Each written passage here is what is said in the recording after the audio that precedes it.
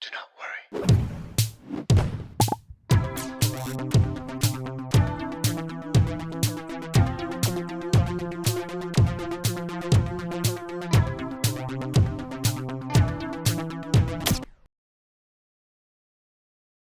Hello, good evening, everyone. I'm your host, Anthony. This is another episode of Do Not Worry, the podcast, episode number 180. And I'm joined by my crewmate, Karine. How's it going, Karine? It's going. It's good. We coming at you from the heart of Lebanon, folks. Biz09, Zoom Kayil. How's everybody doing? You doing good? Welcome to it. It's going to be a pretty chill stream, folks. We got a lot of interesting things to talk about tonight. We're going to be talking about Dean Cain, the former Superman actor, is joining ICE. He wants to put, Mexicans and minorities in prison and kick them out of the U.S., send them to Guantanamo Bay, whatever that is. He's kind of crazy. Trump promises to cut disaster relief to states who boycott Israel. There was a Palestinian family, two Palestinian individuals went to Batroun and were faced with Batroun is like a Christian area in Lebanon Beach area, and they were faced with a lot of like Islamophobia and kind of like harassment. So we're going to be talking about that and Islamophobia and racism in Lebanon in general. We always try to present Lebanon in the most positive light that we can, but sometimes we can't get away from, and we try to also talk about all the negatives, of course. So we're going to be highlighting something that maybe isn't often highlighted here, but that is kind of a problem, especially when it comes to Palestinians and with everything that's happening in Gaza right now. So we got to talk about that. Nelly Furtado and Jennifer Love-Hewitt are getting some shit online for gaining weight, apparently. Fucking love Jennifer Love-Hewitt. Because apparently women in their 40s aren't allowed to be hot. To gain a bit of weight, to be comfortable, your bodies aren't allowed to change, folks. You need to look 20 for the rest of your life. Keep that in mind. Also, Sydney Sweeney updates, folks. Yay, our favorite Republican queen. Yeah, Trump and the right wing have fully embraced her. She's been revealed to be a registered Republican. Lots of fun stuff. That's mainly it. A lot of some small little things here and there to pepper things up. But before we get going, folks, please take a second to consider supporting this channel on Patreon. This channel cannot keep the lights on. We cannot keep doing this without lovely patrons and supporters such as yourself. You are the reason why this channel still exists, and I can keep the crew paid and all that sort of thing. Let me take a second to thank some brand new patrons like Irene the Dream, Dana Ahmad, Fujoshi Cake, Unidentified Florida Man, Jess Polido, and Fab, and Elise Marrero. You guys are amazing. If you guys would like to support us on Patreon, check it out. There's a bunch of different tiers, and there's exclusive content there for patrons. You get extra live streams every month. I'm going to be doing some extra content for Patreon and YouTube members these few days. Also, if you don't want to support us on Patreon, you can support us by becoming a YouTube member. There's also a bunch of different YouTube memberships with different tiers that you can choose and support us. You can also engage in the live chat. You can gift memberships. If you want to do that, you can send super chats if you would like. But to support the channel, you don't have to do any of those things. All you have to do is make sure you like the video, subscribe to the channel, become a Do Not Warrior, engage in the live chat, leave a comment if you're watching the replay, and yeah, have some fun. And while I have your attention, folks, I did launch another little channel not too long ago. Do Not Worry Gaming, folks. We're at 741 subscribers. We're trying to get to 1,000 subscribers as soon as we can. So I have pinned the link in the live chat. If you guys are in the live chat, you guys can see the link. It's pinned up there. You can click it, subscribe to the channel. It's also in the description of the video. If you're into video games, you want to watch me suffer through Dark Souls. I spent 3 hours yesterday, folks. 3 hours. Karine, I spent 3 hours last night trying to fight two bosses. They're together. They're called Ornstein and Smaug. And I spent 3 hours playing against them, and I couldn't even beat them by the end of it, folks. 3.5 hour live stream, and I couldn't even beat them. But I've been farming, folks. I've been farming today. I played for like 2.5 hours, just going up levels, because I'm going to show these fuckers. I'm going to teach them a fucking lesson, okay? I've upgraded weapons. My dexterity is up. My strength is up. Lord help me. Lord help you, Ornstein and Smaug. I'm coming for your asses. And literally, in Dark Souls, you kill half the enemies by poking them in the ass with your sword. So I am coming for the masses, okay? So if you want to watch me do that to Ornstein and Smaug, consider subscribing to Do Not Worry Gaming. I'm also having fun playing some Frog Detective. I do a lot of voices on that game. We're going to be doing another live stream this weekend, I believe. And I also downloaded American Truck Simulator, folks, where I'm going to be cosplaying. And I'm Karine, I'm going to buy like a plaid shirt, and I'm going to cut off the sleeves, and I'm going to wear like a trucker hat, and I'm going to literally play American Truck Simulator. And I'm getting a spit bucket, folks. And every time I like maybe break like a street rule or something. I'm gonna spit in the spit bucket like any true American trucker, folks. It's gonna be an adventure. Does anyone want to see that? And we can play. We can do multiplayer as well if you're interested. Kenny, we can get each can get their own. We can get multiple. And I get my own flannel as well. Your own flannel, but you have to cut off the sleeves. You know what I mean? Might have to turn this into a handlebar mustache. Demi, I apologize in advance. Okay. Veronica H. Song has just gifted one Do Not Worry membership. Thank you so much, Veronica. We love you so much. And Haley D sends a $5. I have a hair sticking up. Oh, yeah, you do. Where is it? Oh, there. Oh. It's like comically sticking right. up. Here, Karine, take care of the situation while I go fix this rogue hair. Go fix his Thank hair. you, Haley. What an embarrassing moment. Thanks for everyone for pulling up. We're about to do some very bad PR for Lebanon. I hope you guys like my shirt. See you as you stands rise up. Anyway, from the best season 11. Anyways, so Jennifer Love-Hewitt. I've been watching her on 911. She's fucking amazing. I don't know what to say when you leave me alone. Really? It scares me to leave you alone. It's actually dangerous. Don't worry. I should use this. But probably, yeah. Okay, so everyone subscribe. Let me refresh. Let me see how many of you subscribed. None of you. They're all already subscribed, Anthony. I know. I'm preaching to the choir here. Thank you guys. I appreciate you guys. Let's get started with some fun. I mean, not fun. Let's see. Is this fun? This one's fun. I don't know why I love talking about Dean Cain. So Dean Cain, folks, former Superman actor Dean Cain. So he used to play Clark Kent and Superman in a show called Superman and Lois. What year? Like in the 90s. Like this was my like childhood TV Superman. You know what I mean? Like he was pretty popular back in the day. But the thing is, like, he's half Asian, if I'm not mistaken, or like maybe a quarter Asian. And people used to like make fun of him and like comment like Superman shouldn't be Asian. And you'd think someone who's been through that would have a little bit more empathy for minorities. You know what I mean? And when you play Superman, you're supposed to be a beacon of like, you know, the American way and standing up for people and people's rights. And Superman himself is the biggest example of an immigrant. He literally landed from another planet into the United States. He is the ultimate immigrant story. And when you say that, apparently now that's woke, even though that's been the case for fucking decades. The creators of Superman, who were actually Jewish, like kind of made Superman into this like Jewish immigrant who like landed in America and like had to like find his way and stuff like that. So it's like, anyways, people like Dean Cain, who literally played Superman, doesn't know shit about fucking comic books. But anyways, Dean Cain is so fucking racist, folks. He hates minorities so much that he is joining ICE. He's literally voluntarily joining ICE, which is like the government force that is like rounding up immigrants and Mexicans at like Home Depot. They're going to schools, they're going to like stores and grocery stores and trying to find like any Mexican that they find, not even suspicious, just moms, grandmas, you know what I mean? They're just putting them in a truck and trying to send them back to either Mexico or like this weird prison in fucking Costa Rica or something. It's like a concentration camp or something. They're making people work. They're disappearing people over there. And Dean Cain wants to help the U.S. do that. And Dean Cain, Superman himself, wants to be on the streets and help do that. And he's so excited that he even put out a video on Instagram to like rally people. Hey everybody, Dean Cain. To do that with him. Anthony, the screen. Yeah, I'm fixing the audio. Whoops. Oh, wait, I know him. Yeah, Dean Cain. Sorry, guys. I don't know these celebrities you guys like. Hey, everybody. Dean Cain here. And for those who don't know, I am a sworn law enforcement officer as well as being a filmmaker. He's also, and look, by the way, he's wearing, so you see that, the Punisher skull? We've talked about this before. This Punisher skull has become like a nightmare for Marvel Comics. Like, this just used to stand for the Punisher, but that logo has been appropriated by like the extreme right wing and like people that love cops and stuff like that. And at one point, Marvel considered even like completely getting rid of the skull. And like in one of the more recent Punisher comics, it's like a bull with like horns and shit. It's like this whole weird thing. Don't they change the logo?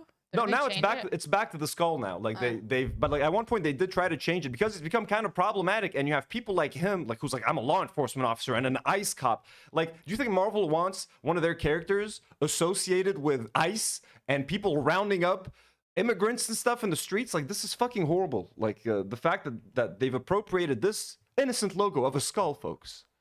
I felt it was important to join with our first responders to help secure the safety of all Americans, not just talk about it. So I joined up. And here's your opportunity to join ICE. You can earn lots of great benefits. Like he's trying, like he's recruiting people. He's recruiting people to join ICE, and he's making it seem like here. What did you say? As well as being a filmmaker. I felt it was important to join with our first responders. First responders, like he's mentioning first responders, and then he mentions ICE later, as if ICE are comparable to like firefighters or health workers who work in ambulances, or like, okay, fuck police officers, but some police officers are good and can be useful. But like he's comparing ICE agents who just like voluntarily want to pick up innocent people and throw them in jail. Okay, some of them might be criminals. Big fucking whoop. They're arresting grandmothers and abuelas in the fucking streets. And he's like, yeah, so first responders, and now it's your chance to be a first responder. It's your chance to be an ICE agent. It's like, no, motherfucker. ICE agents are not fucking heroes, bro.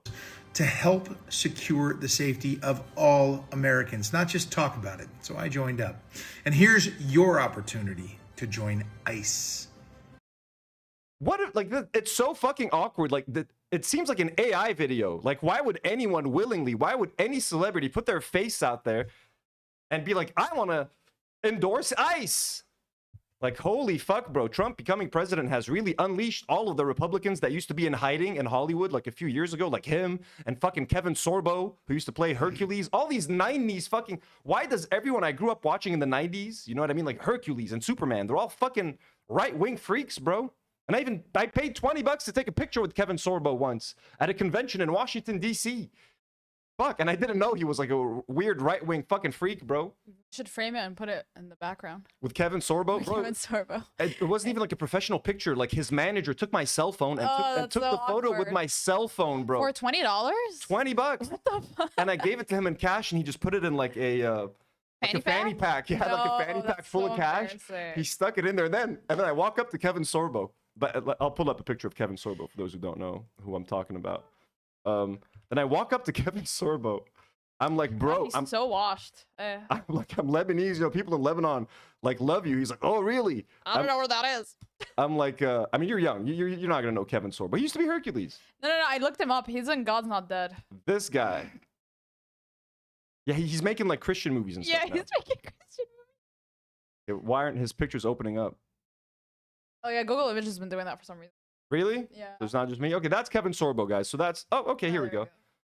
No, I recognize him. I know this man. Yeah. So I walk up to him. I'm like, hey, but I'm Lebanese. You know, like you have a big fan base. Like when I was a kid, we all loved you back in Lebanon. He's like, oh, really? My landlord's Lebanese.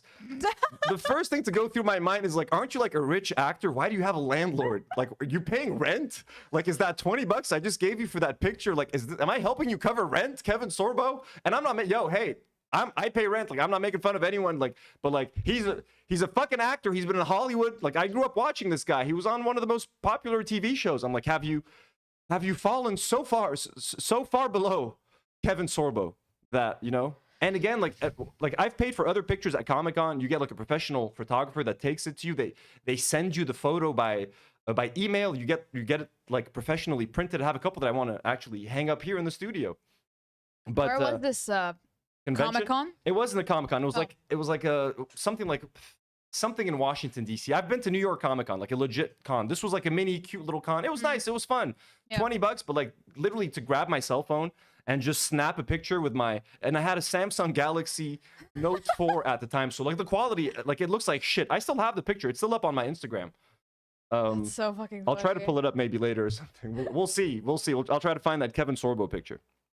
But all these freaks, I can't remember how we got to Kevin Sorbo. We were talking about Dean Cain. Talking about Dean Cain, huh? Okay, let me go back to the video. Does he have more where he's recruiting people for ICE? No, that's his one ICE video. Okay. You can earn lots of great benefits and pay. Yeah, since President Trump took office, ICE has arrested hundreds of thousands of criminals, including terrorists, rapists, murderers, pedophiles, MS-13 gang. The good old talking points: pedophiles, rapists, murderers. Good old Trump's America. This is the real Superman, folks. I should bring back Dean Cain as Superman, you know, or the Punisher. Fuck it, recast him as the Punisher. Of criminals, including terrorists, rapists, murderers, pedophiles, MS-13 gang members, drug traffickers. Terrorists too. This is just like some power fantasy. It's like these middle-aged American men, you know what I mean? A little bit out of shape. They're like, how can I feel like a hero? How can I clean up the streets from all these pedophiles, murderers, and terrorists? It's like, let me join ICE. It's like, yeah, that's basically, you know what I mean? It's like a bunch of people that aren't qualified to join, or too old to join the police. It's like a slightly more fucked up Neighborhood Watch. You know what I mean? Neighborhood Watch is already kind of fucked up with the whole George Zimmerman, Trayvon Martin thing. I'll never look at Neighborhood Watch the same way again. And this is kind of like a slightly upgraded Neighborhood Watch where, hey, you want to like actually arrest a bunch of Mexicans all day? Come on over here. So, good times. Veronica sends who's been a member for 2 months. Veronica, thank you so much. Says the Punisher is a problem and always will be, especially since they made the Netflix version, which was extremely nihilistic and way too violent.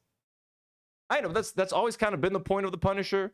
Like, he's just out for revenge, wanting to avenge his family. He's always been like this dark, kind of fucked up, nihilistic character. I feel like the people who do use the logo though don't even like care about the character much. They just like the logo. They like the logo, and like, I mean, he is a badass. Like, if they just like the image of him, like, oh, he looks so cool with the skull and the guns and the jacket. It's like, yeah, okay, he looks cool, bro, but like, yeah, I don't expect these people to have like any sort of media literacy, like at all. No. The most they've probably read is a comic book. Like, that is the peak of their media literacy. Like, I read the Punisher comics. Like, it's, even if you read them, they're not teaching you to be fucking racist and join ICE. It is interesting to see people of color be so pro deportation and ICE and stuff. I know. I think it's also a thing, like, if I had to struggle to come here, yeah, like, I had to struggle. I had to do it the right way. I had to wait 7 years for a visa, and I had to do the appointments, and I had to do the test. So you should too, motherfucker. I've always said, every time I go to, like, to the U.S., the toughest immigration officers are the foreign ones, are the, like, not white ones, essentially. Yeah. Any minority, they're usually a little bit tougher because they're like, hey, motherfucker, I struggled to get here. What you coming in here to do? I swear to God, bro. Sometimes they're all nice and just they let you in, but like, I've noticed that I've gotten more, and you'd think it'd be the white guy, you know what I mean? I think now in Trump's America, if I go back, when I go back, it's gonna be the white ones are gonna give me a problem. I mean, you were there recently. I was there recently. No one gave me. They just let me straight the fuck in. It was easy, and I think it was it a white lady? No, it wasn't a white lady. It was an Asian lady. I remember. It was a sweet Asian lady. But I think it's kind of like those people who paid for their student loans, and then when Biden wanted to forgive student loans, they were like, no, I had to pay for my student loans, so you should too. It's like, bro, let people. It's very American. Yeah, they want, like, I got mine, so fuck you. I had to work for mine. Yeah, work for yours. You're not crossing no border. You name it. Very dangerous people who are no longer on the streets. You can defend your homeland and get great benefits like a $50,000 signing bonus. Think about that. Student loan benefits, bro. He's talking about benefits. But look, I mean, hey, 50,000 signing bonus. I'm not gonna lie, that doesn't sound all that bad. That's like bullshit in the U.S. though. It's not much. 50 grand in the U.S. Most people can't afford a $400 emergency. People are living paycheck to paycheck. 50,000 signing bonus to go round up some minorities for a bunch of unemployed whites. Guys, don't fall for that shit, please. That's how they recruit you to the military. Oh, they'll do it. 50K for the demographic they're going for. 50K is a whole lot of fucking cheddar. A whole lot of money. Let me see what else some of the benefits are. A $50,000 signing bonus. Think about that. Student loan repayment legally. Student loan oh, he says legally. He's saying legally because according to him, Biden was going to do it illegally. So legal student loan repayment. Oh, you bastards. You bastard. They complain about it on one end, but then they want to do it. You know what I mean?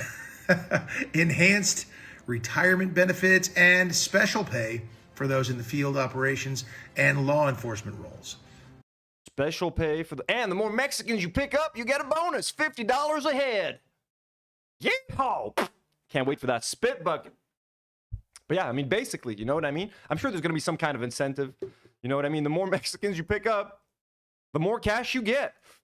I don't get that special pay, but you also don't need an undergraduate degree. You can get to work right away. So if you want to help save America, ICE is arresting. Did you say education? You don't need it. Just come on over. The worst of the worst and removing them from America's streets. I like that. I voted for that. They need your help. We need your help to protect our homeland and our families. So check into it. Need to protect the homeland and they're coming for your families. So fascist. The immigrants are coming for your families, for your kids. Lock your doors, okay? Don't let any remotely brown looking people, if there are any shade darker than like slightly beige, just look away and call ICE. Call Dean Cain right now. Call Dean Cain. As I said, and join today if it's something that tickles your fancy, because we can use you. Tickles your fancy. So that's Dean Cain. I think someone sent, Noxolato sent an interesting message about Dean Cain. Excuse me. Noxolato sends $5. Thank you, Noxolato. And says, ironic, because Dean's family was interned to camps during the FDR days, and he seems to forget his own family history. At least that's what was heard. So he is, so I guess he was part Japanese. Exactly, dude. That's what I'm saying. That's what I'm saying. Like instead of looking back at what happened to his family and the discrimination that his family faced and the discrimination that he himself faced when he was cast as Superman, people making fun of him, people like, we don't want a Chinese Superman, or whatever they were saying. Look at that.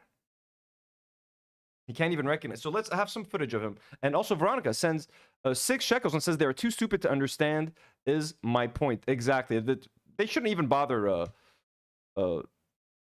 reading at this point.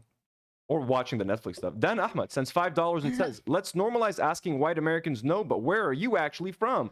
Exactly. Where are you from? Actually, where are your ancestors from? Dude, but white people love being like, I'm 12% Irish and I'm 10% Italian and 20% German. Like white people love for you to ask them where they're actually from. They love the breakdown. So don't indulge them. And the Cherokee part. I'm 3% Cherokee. It's like, yeah, they love being 3% Cherokee. The Cherokee.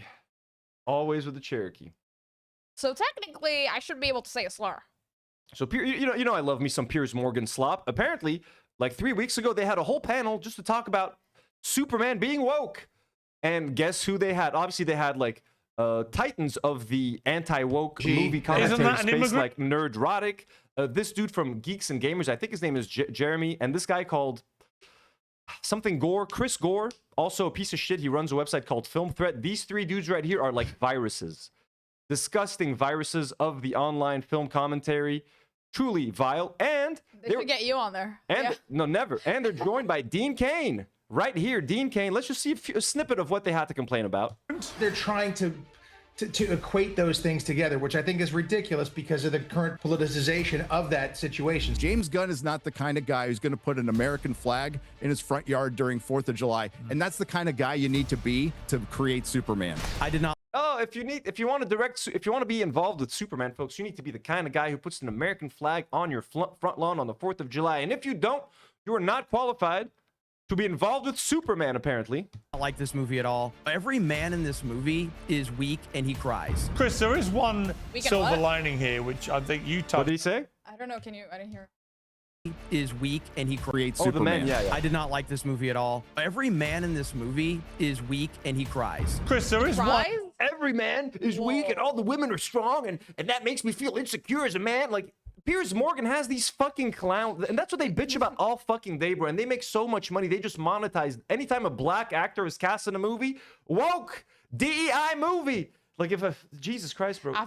You noticed he was like, he's weak and he cries. And so men crying is a weakness, but then they're gonna be like, men are forced to hide their emotions. It's all feminism's fault. You can't pick both sides. I don't think you're gonna hear these guys complaining. Men can't cry anymore today.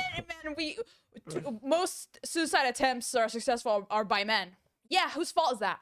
Quick shout out to Nola Magnolia in the live chat, gifting 10 memberships. Nola Magnolia, thank you for the gifted. Very generous. We love you so much. This is what Dean Cain's doing in his free time when he's not rounding up immigrants with ICE in the streets. He's on Piers Morgan chilling with these fuckers. Silver lining here, which I think you touched on. Dresses, short skirts, high heels, cleavage. Thank you, James Gunn, for that. Hollywood's So this guy's happy. This guy loves talking about boobs and stuff. Like anytime if like a movie's coming out, it's like, look, it's got cleavage. So that's, at least he's happy. Got honkas. He's like, it's not fully woke because it's got some honkas. So that's where Chris Gore's mind is at from Film Threat. So that's what he cares about. I actually kind of, no joke, I want to watch this panel. I don't know when. I want to watch this it's 3 weeks old. I don't care. This is probably comedy gold. been trying to remove masculinity for it seems like the last decade. Yes, preach. Oh, preach no drossing. They're trying to get rid of masculinity in DC movies. Again, it needs to be White Boy Summer to bring people back to the box office. No, it shouldn't. Actually, it is White Boy The Summer. new Superman movie's been the subject of intense debate. Dean Cain's going on a whole anticipation. rant here. Yes. Let's see. I'm sorry. I'm excited for this film. I was excited to think all geniuses. Your view of this new movie.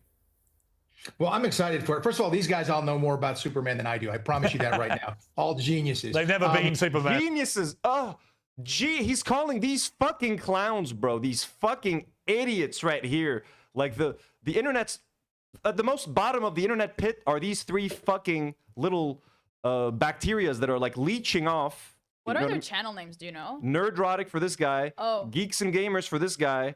And Film Threat, I think, for this guy. I keep tabs on all these fuckers. And that's the key difference. Yeah. I think Except I in was their own excited for mirrors. this.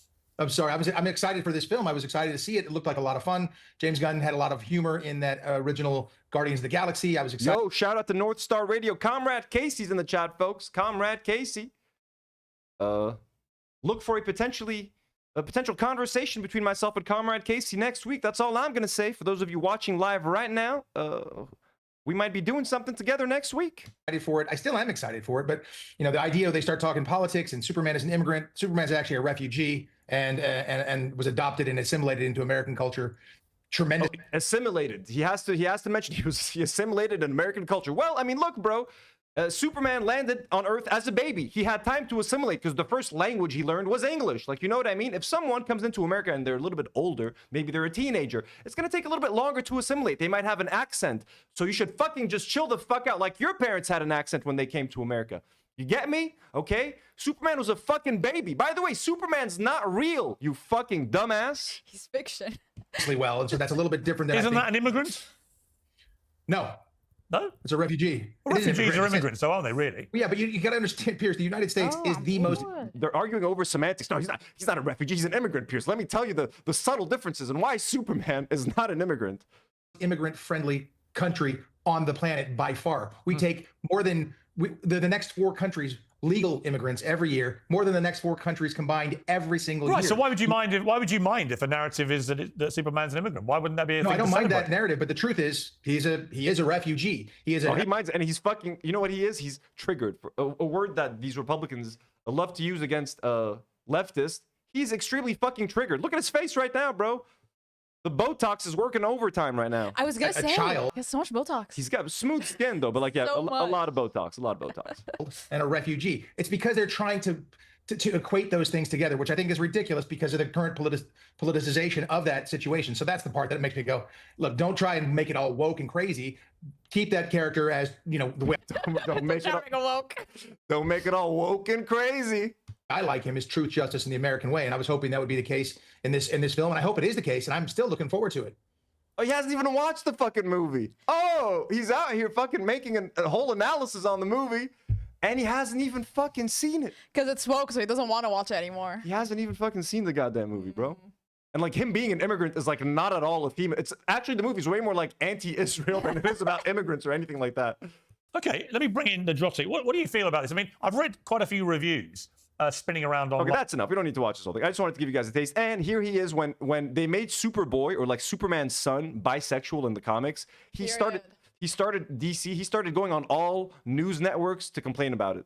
Who's getting him on? Anyway, let's see. He's such a Look, clout we've spoken chaser. about one war there. Let's talk about a different war. It's the culture war.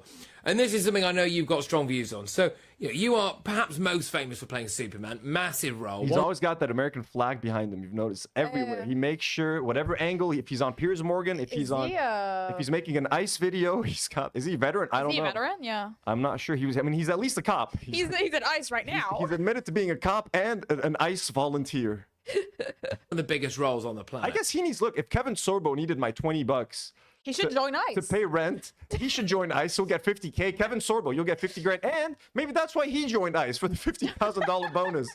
Because it ain't easy for Because these. he's washed. He's washed. It ain't easy for these '90s action stars, TV stars. He's not even an action star. You know what I mean? So he needs the 50K bonus. Fucking Dean Cain, just say you need the money, man. Don't be ashamed. Okay, so you don't have to go debasing yourself on all these TV shows, pretending to hate like minorities and stuff. Just be honorable.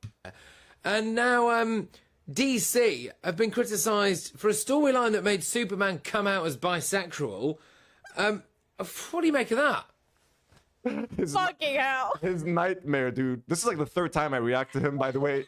Hearing the news that's like commenting on Superman being bisexual, this just brings me so much joy.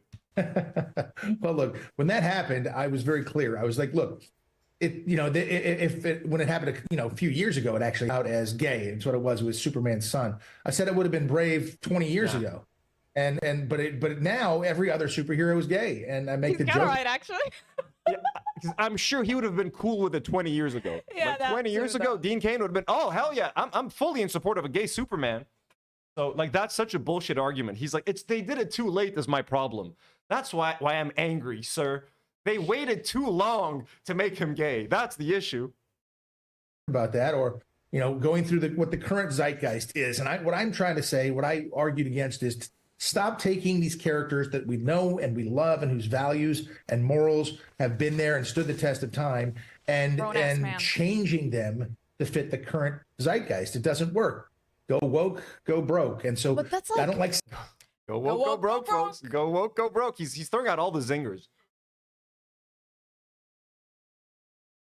Yeah. I mean, look. He's right. If a character was like a racist in the 60s, keep him racist. You know what I mean? Make sure he's still a slaver. That's what we want when we read our comics. CH sends $2 and says, Superman isn't real. My hope, my childhood ruined. CH, I'm very sorry to break the news. This is not the way I wanted you to find out. I'm very sorry. Haley D sends $2 and says, Nigel Thornberry is a news anchor? Starstruck. He looks a lot like Nigel Thornberry. He does, yeah. Jesus. Seeing characters that I've grown up with and loved their stance on this or their position on the world. I don't think it has to change with the times. They're good, solid moral standards and values. If you want to create a new superhero, I love that line. If you want to create a new character and make him gay, sure. Okay, I get that argument. Let's create new characters and stuff. But the problem is, bro, no new character is going to get as much visibility as like a Superman character. People don't read as many comics today as they did in the fucking 60s and 50s and 30s. Superman is an iconic character. So if you want to make a splash, you want to send a message, if you make Superman or someone affiliated with Superman gay, that's going to get a lot more attention than some obscure small indie character that some comic publisher put out that 4,000 people are going to buy their issues every 6 months. That's not going to make a difference. I'm not saying it's impossible, and I'm not saying creators shouldn't create new gay characters. Of course they should, but it's so much harder to break out, so it's going to be harder for them to make a difference.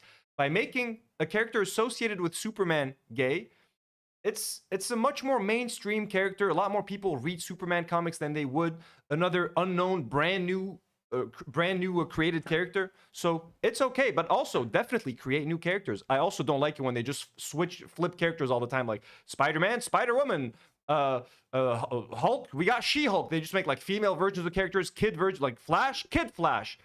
I like Spider-Woman. I mean, I'm not. That's an example, but like almost every character, they make like a female or like child version of instead of just creating like a new character. It's a little bit lazy. And look, a lot of comic book like writers will even tell you like, yeah, it was just fucking lazy. Like, you know how Stan Lee created the X-Men? He was like, I ran out of ideas of like origin stories. So he was like, fuck it, they were born this way, they're mutants. Bam, he was done. That's it. And look at it now. You know what I mean? It's like a pop culture phenomenon. So some shit's just lazy sometimes.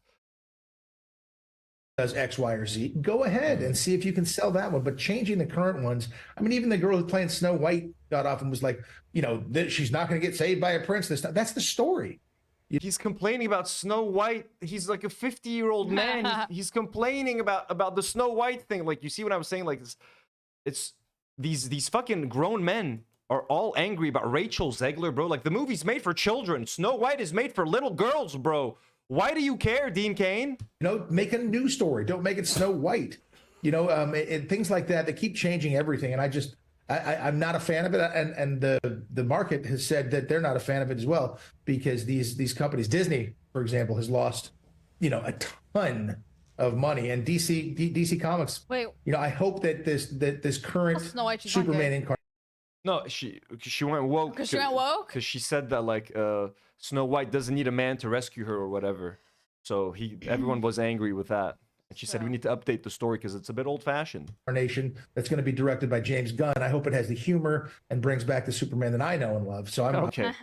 Anyways, that was Dean Cain. I love talking about Dean Cain. I think it's always kind of fun. Hope you guys enjoyed that. Quick little update, folks. We've talked about Quentin Tarantino, one of my ex-favorite writer-directors. Love his writing. Love most of his films. Truly, like, a fantastic, talented director. And we talked about how he's married to an Israeli woman and he lives in Tel Aviv.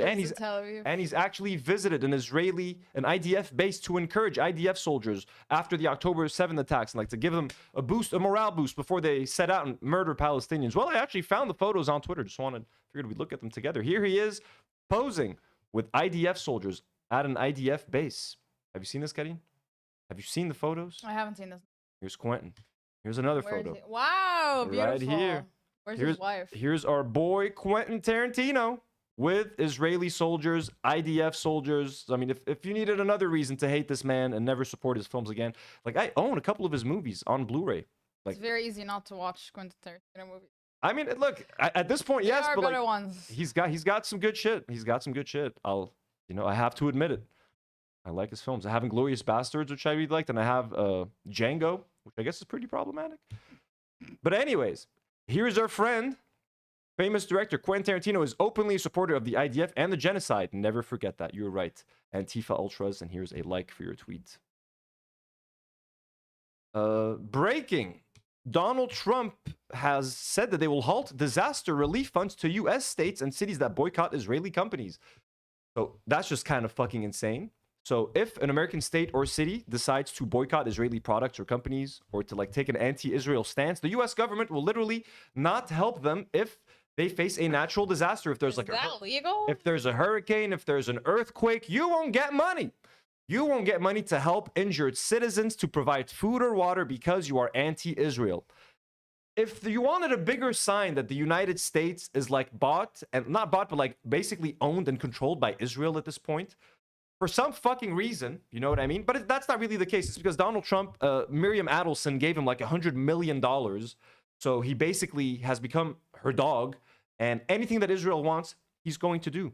So, and what's cool is that here's Bradley Martin, who is a right-winger douchebag. He's part of he's Nelk Boy adjacent. He's a Trump voter.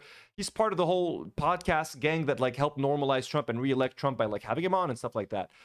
Even he's like, what the fuck is this? He's like, explain this to me like my brain is made of steroids. I guess if you don't support a foreign government, you don't get the tax dollars you pay to come back to help in disaster scenarios. It must be the steroids, but this doesn't feel like America holds the importance of the American people over a foreign nation.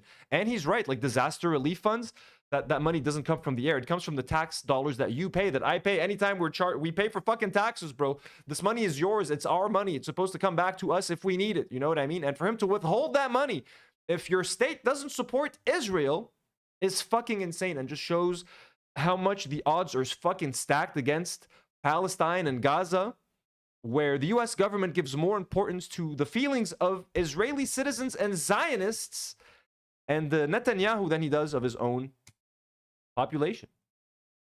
So kind of crazy. And a little fun update to the whole Gaza situation. Senior official in Netanyahu's office says we are moving to occupy the Strip. The decision has been made. Hamas will not release more hostages without complete surrender, and we will not surrender. And we will not surrender. If we do not act now, the hostages will die of starvation, and Gaza will remain under Hamas control. So Israel is moving in, and the IDF is moving in, and they're apparently going to be controlling and occupying the whole Strip, which was what we've been expecting from the beginning. This whole time they've been doing an ethnic cleansing, genocide, ethnic cleansing. They're trying to get rid of all the Palestinians, move them out of Gaza, and they're going to go in there and literally build fucking condos, bro, for more Americans from fucking New Jersey to go there and Ethan Klein and his family to go chill in Israel. That's the plan. So it's happening. We'll try to look into this more for like another stream. I want to dive deep into this, but I think Chris Kunstler is live now talking about this. So if you guys want some news updates, but I mean, you know, extremely fucked up. Also, a little random. This poster was spotted in Lebanon. It's a Trump billboard that says, "The truly great man is he who would master no one, and who would be mastered by none. We know that you love Lebanon." What the fuck is that? So this is a Khalil. أكيد عندكم. This is a Khalil Gibran quote. And like, what the fuck is this? What the fuck is this? Can we stop licking Donald Trump's ass, Lebanon, and putting up billboards that are like, make Lebanon great again, and like hand in hand with Donald Trump? Can we stop with the fucking ass licking? What is this? Is this in Beirut? I don't know. It might be. Most likely Probably in like Beirut. Junior or some shit. This is definitely in Junior 09 area, unfortunately. You know what I mean? LLL. Like, what the fuck is this? And honestly, what the fuck is this quote, Khalil Gibran? It doesn't even make sense. The truly great man is he who would master no one, and he who would... Okay, he masters It no makes one. sense. Yeah, okay, I get it now, but it's written weird. But it's like using Khalil Gibran for Trump, you need to be put in jail. Disgusting. Disgusting. One of our greatest minds, one of our greatest thinkers, and one of Lebanon's greatest exports is Khalil Gibran. You know, The Prophet. If you've never read The Prophet, pick it up. Full of wisdom. Beautiful writing. But like, this ain't it, my man. This is weird as fuck. Ooh, also, I mean, speaking of Israel, IDF, all that sort of thing, there was an attack in the U.S. An Israeli soldier with U.S. citizenship was attacked in Clayton, Missouri. His vehicles were set on fire and destroyed. Graffiti outside the family's home called for death to the IDF. Now, this is pretty controversial. But I mean, in my opinion, if you're a terrorist living abroad, should you be able to walk around freely? I mean, in my opinion, any IDF soldier that hasn't, like, basically asked for forgiveness for what they did, you can't just literally be walking around any country. You can't go to Israel and then Gaza and then murder a bunch of people, gun down a bunch of women and children, and then go back and live your life as if nothing happened, as if you didn't do anything. You should kind of be shamed, and you should, maybe, I don't know, but like, you Win shouldn't- Mirna Shallouhi. Do you know where that is? No. Okay, sorry, Cafe. That's where the Trump billboard is. Veronica says, did you ever see the gender reveal video? Is it the one I saw a couple? Is it the one doing the flip? Oh yeah, the bomb. The when they explode, they blew up a building and with blue smoke. they I did. did. Extremely disturbing stuff. Very fucked up. So let's see a little bit of this. Oh, is there no audio here? So that's some footage of the burnt car. Who attacked him? An Israeli soldier was attacked. I'm not sure who. I have a little report here. Let's see what they say. First at 5, a malicious message left on a Malicious? calm Clayton Street. Fucked it First up at right at 5, a malicious message left on a calm Clayton Street. I'm Morgan Harris. And I'm Corey Stark. Sam has the night off. What first caught people's eyes and ears, the burning of cars, and then on the street, a message with a much deeper meaning, officially being labeled a hate crime tonight.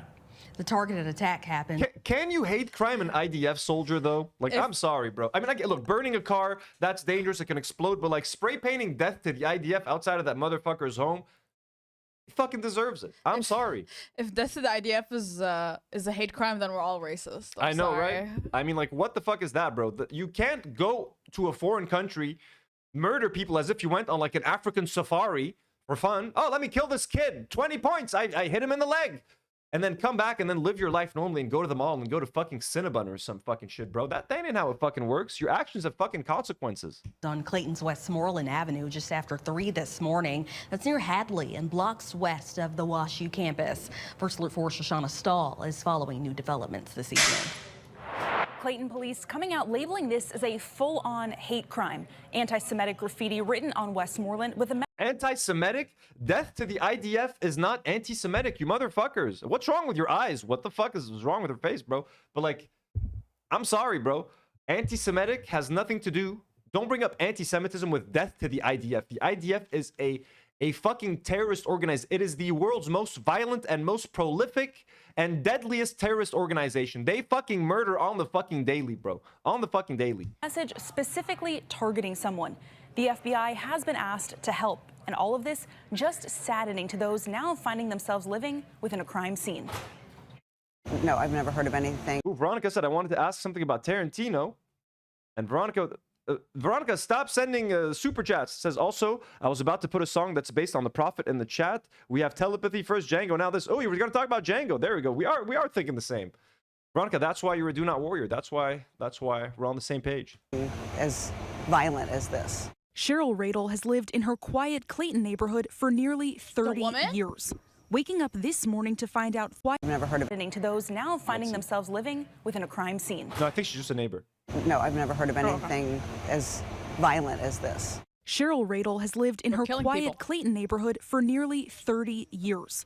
Waking up this morning to find out 3 cars on her street were lit on fire was shocking to her. Police say this was intentional and part of a hate crime. This doesn't happen in Clayton. It's a very And look, what do we know about this IDF soldier? If this is like an IDF soldier that like posted some fucked up shit on social media, cases, and they're gloating about their crimes and shit like that, then I'm sorry, bro. Fuck them, bro. Like there's shit that I'm thinking in my head that I fucking can't say on camera right now, but like fuck them. The IDF, bro, they have terrorized my country. They've terrorized my people. They have brutally murdered hundreds of thousands of people, millions of people over the years. Fuck them. I have zero sympathy. Like, oh no, they okay, the car's on fire. I can get that scary and that's violent and that could explode. That can harm more people. You know what I mean? That is like an unnecessary escalation. Neighborhood, quiet neighborhood. Graffiti was also written on the street, so Drone 4 took to the sky. The first part of the message we have blurred because it's an attack on an individual we don't want to identify. The second part reads death to the IDF. The IDF is the Israel. Okay, so the person, so they're not revealing the person. Yeah. So we can't look up their fucking social media history and see what kind of vile things they've said or I mean, done. we're gonna assume that it was horrible. I'm gonna assume it's horrible. Look, if you're in the IDF and people know you're in the IDF and they're an American citizen, like they don't have to join. They can fucking stay in the U.S. Like they went back and fucking wanted to join in the fucking fighting. Fuck you, you disgusting piece of shit. Defense Force, which is the national military in Israel. Jordan Kadosh with the Anti-Defamation League says that message is anti-Semitic, holding a much bigger meaning. When you hear somebody say globalize the Intifada, this is what it looks like. It looks like burned out cars on suburban streets in America. This is not confined when somebody says that they want to take this fight to Jews around the world. They mean everywhere. Zionists, my man. He looks so Lebanese, it's crazy. He looks pretty Arab. Zionists, my guy. The guy was literally in the fucking IDF. So we asked, what exactly is the Intifada? They're uprisings where civilians are deliberately targeted, and it is a campaign of terror. The FBI just releasing data on hate crimes across the country today. In 2024, the FBI's depth. North Star Radio says depth to the to Zionism and depth to the IDF. Says there were nearly 12,000 criminal incidents that would be considered hate crimes. Of those, damn, Comrade Casey says a friend from my high school moved away sophomore year to join the IDF. Like that's Are crazy. they dead? That's crazy to me. Let us know if they're dead. Comrade, yeah, is your friend dead? And if they are, good riddance. Nearly one-fourth God bless. were religious hate crimes. Of the hate crimes against religion, anti-Jewish hate crimes made up nearly like you have to be sick in the head to willingly leave a safe sovereign nation to go live in Israel to kill Palestinians. Like you have to be fucking fucked in the head, you know what I mean? 70%. Kadosh says that hate will not and cannot win. This is not going to deter us. We are American Jews. We're here for This is not stop. It's not about being an American Jew, bro. It's about being a fucking IDF soldier that fucking kills Palestinians. I hope that makes sense. Dumb fucking fuck. I figure it just drives me crazy how that woman they interviewed the neighbor lady is like, God, this kind of thing never happens here, and this is the most violent thing I've ever seen in my life, as if there's not a genocide happening on this earth that you walk on. Oh, she's talking about her neighborhood, yeah, Karine. Yeah, exactly. But these people are so in their bubble that they can't imagine being inconvenienced for 5 seconds. Nothing happened to you. People are dying. This is a safe neighborhood. This is a safe neighborhood. I'm not supposed to know about the fucking ugly Arabs that are being killed. We have good schools here. We're close from the nearest high school. It's a good school. It's a safe neighborhood. Fucking American individualism. Don't bring your suffering to them. They don't want to know what their tax dollars are doing, Karine. Okay, leave it out of her life. You know what I mean? She wants to walk to Trader Joe's and come home and enjoy her chocolate-covered pretzels. Trader Joe's dark chocolate-covered pretzels are so good. That's all she wants to do. She doesn't want to know the consequences of the money she's sending to the government every month. So, folks, Nelly Furtado, pop queen. Would you consider her like a pop legend at this point from the early to mid 2000s? She was great. Furtado, yeah, she's an icon. She's an icon. She had that album with Timbaland that really blew the fuck up, and in that period when every Timbaland produced album was doing really well. The Justin Timberlake one was doing really well. Then he produced Nelly Furtado's album that was doing really well, and then they were both peaking at the same time. I'm like a bird. I'm like a bird. I don't know where my soul is. Try, yeah. Try's a fantastic song. Man Eater, all that sort of thing. Noxolato sends $2 and says, ironically, the ADL has defamed anti-Zionist Jews. Of course, the ADL are like the devil, man. the ADL are like causing more anti-Semitism in the world. Like, you know what I mean? Like things like the ADL, that's what creates anti-Semitism. So Nelly Furtado, I was a big fan. I'm a big fan of her music. Like Try is something I listen to. Like All Good Things Come to an End. First half of that song, fantastic. Traveling, only stop at exits. All right. Anyways, we're not gonna get into that. Nelly Furtado made the news. It's her first concert of her new tour yesterday in Belgium, and some footage came out, and people are commenting on. It's been a while now. This wasn't yesterday. This was what? It's been a few days. Yeah, a few days. Yeah. Yeah. No, I'm saying this is what the person said. Yeah, like the tweet says. Yeah, Nelly Furtado at her first concert of her new tour yesterday. So this happened a few days ago, and let's watch the footage.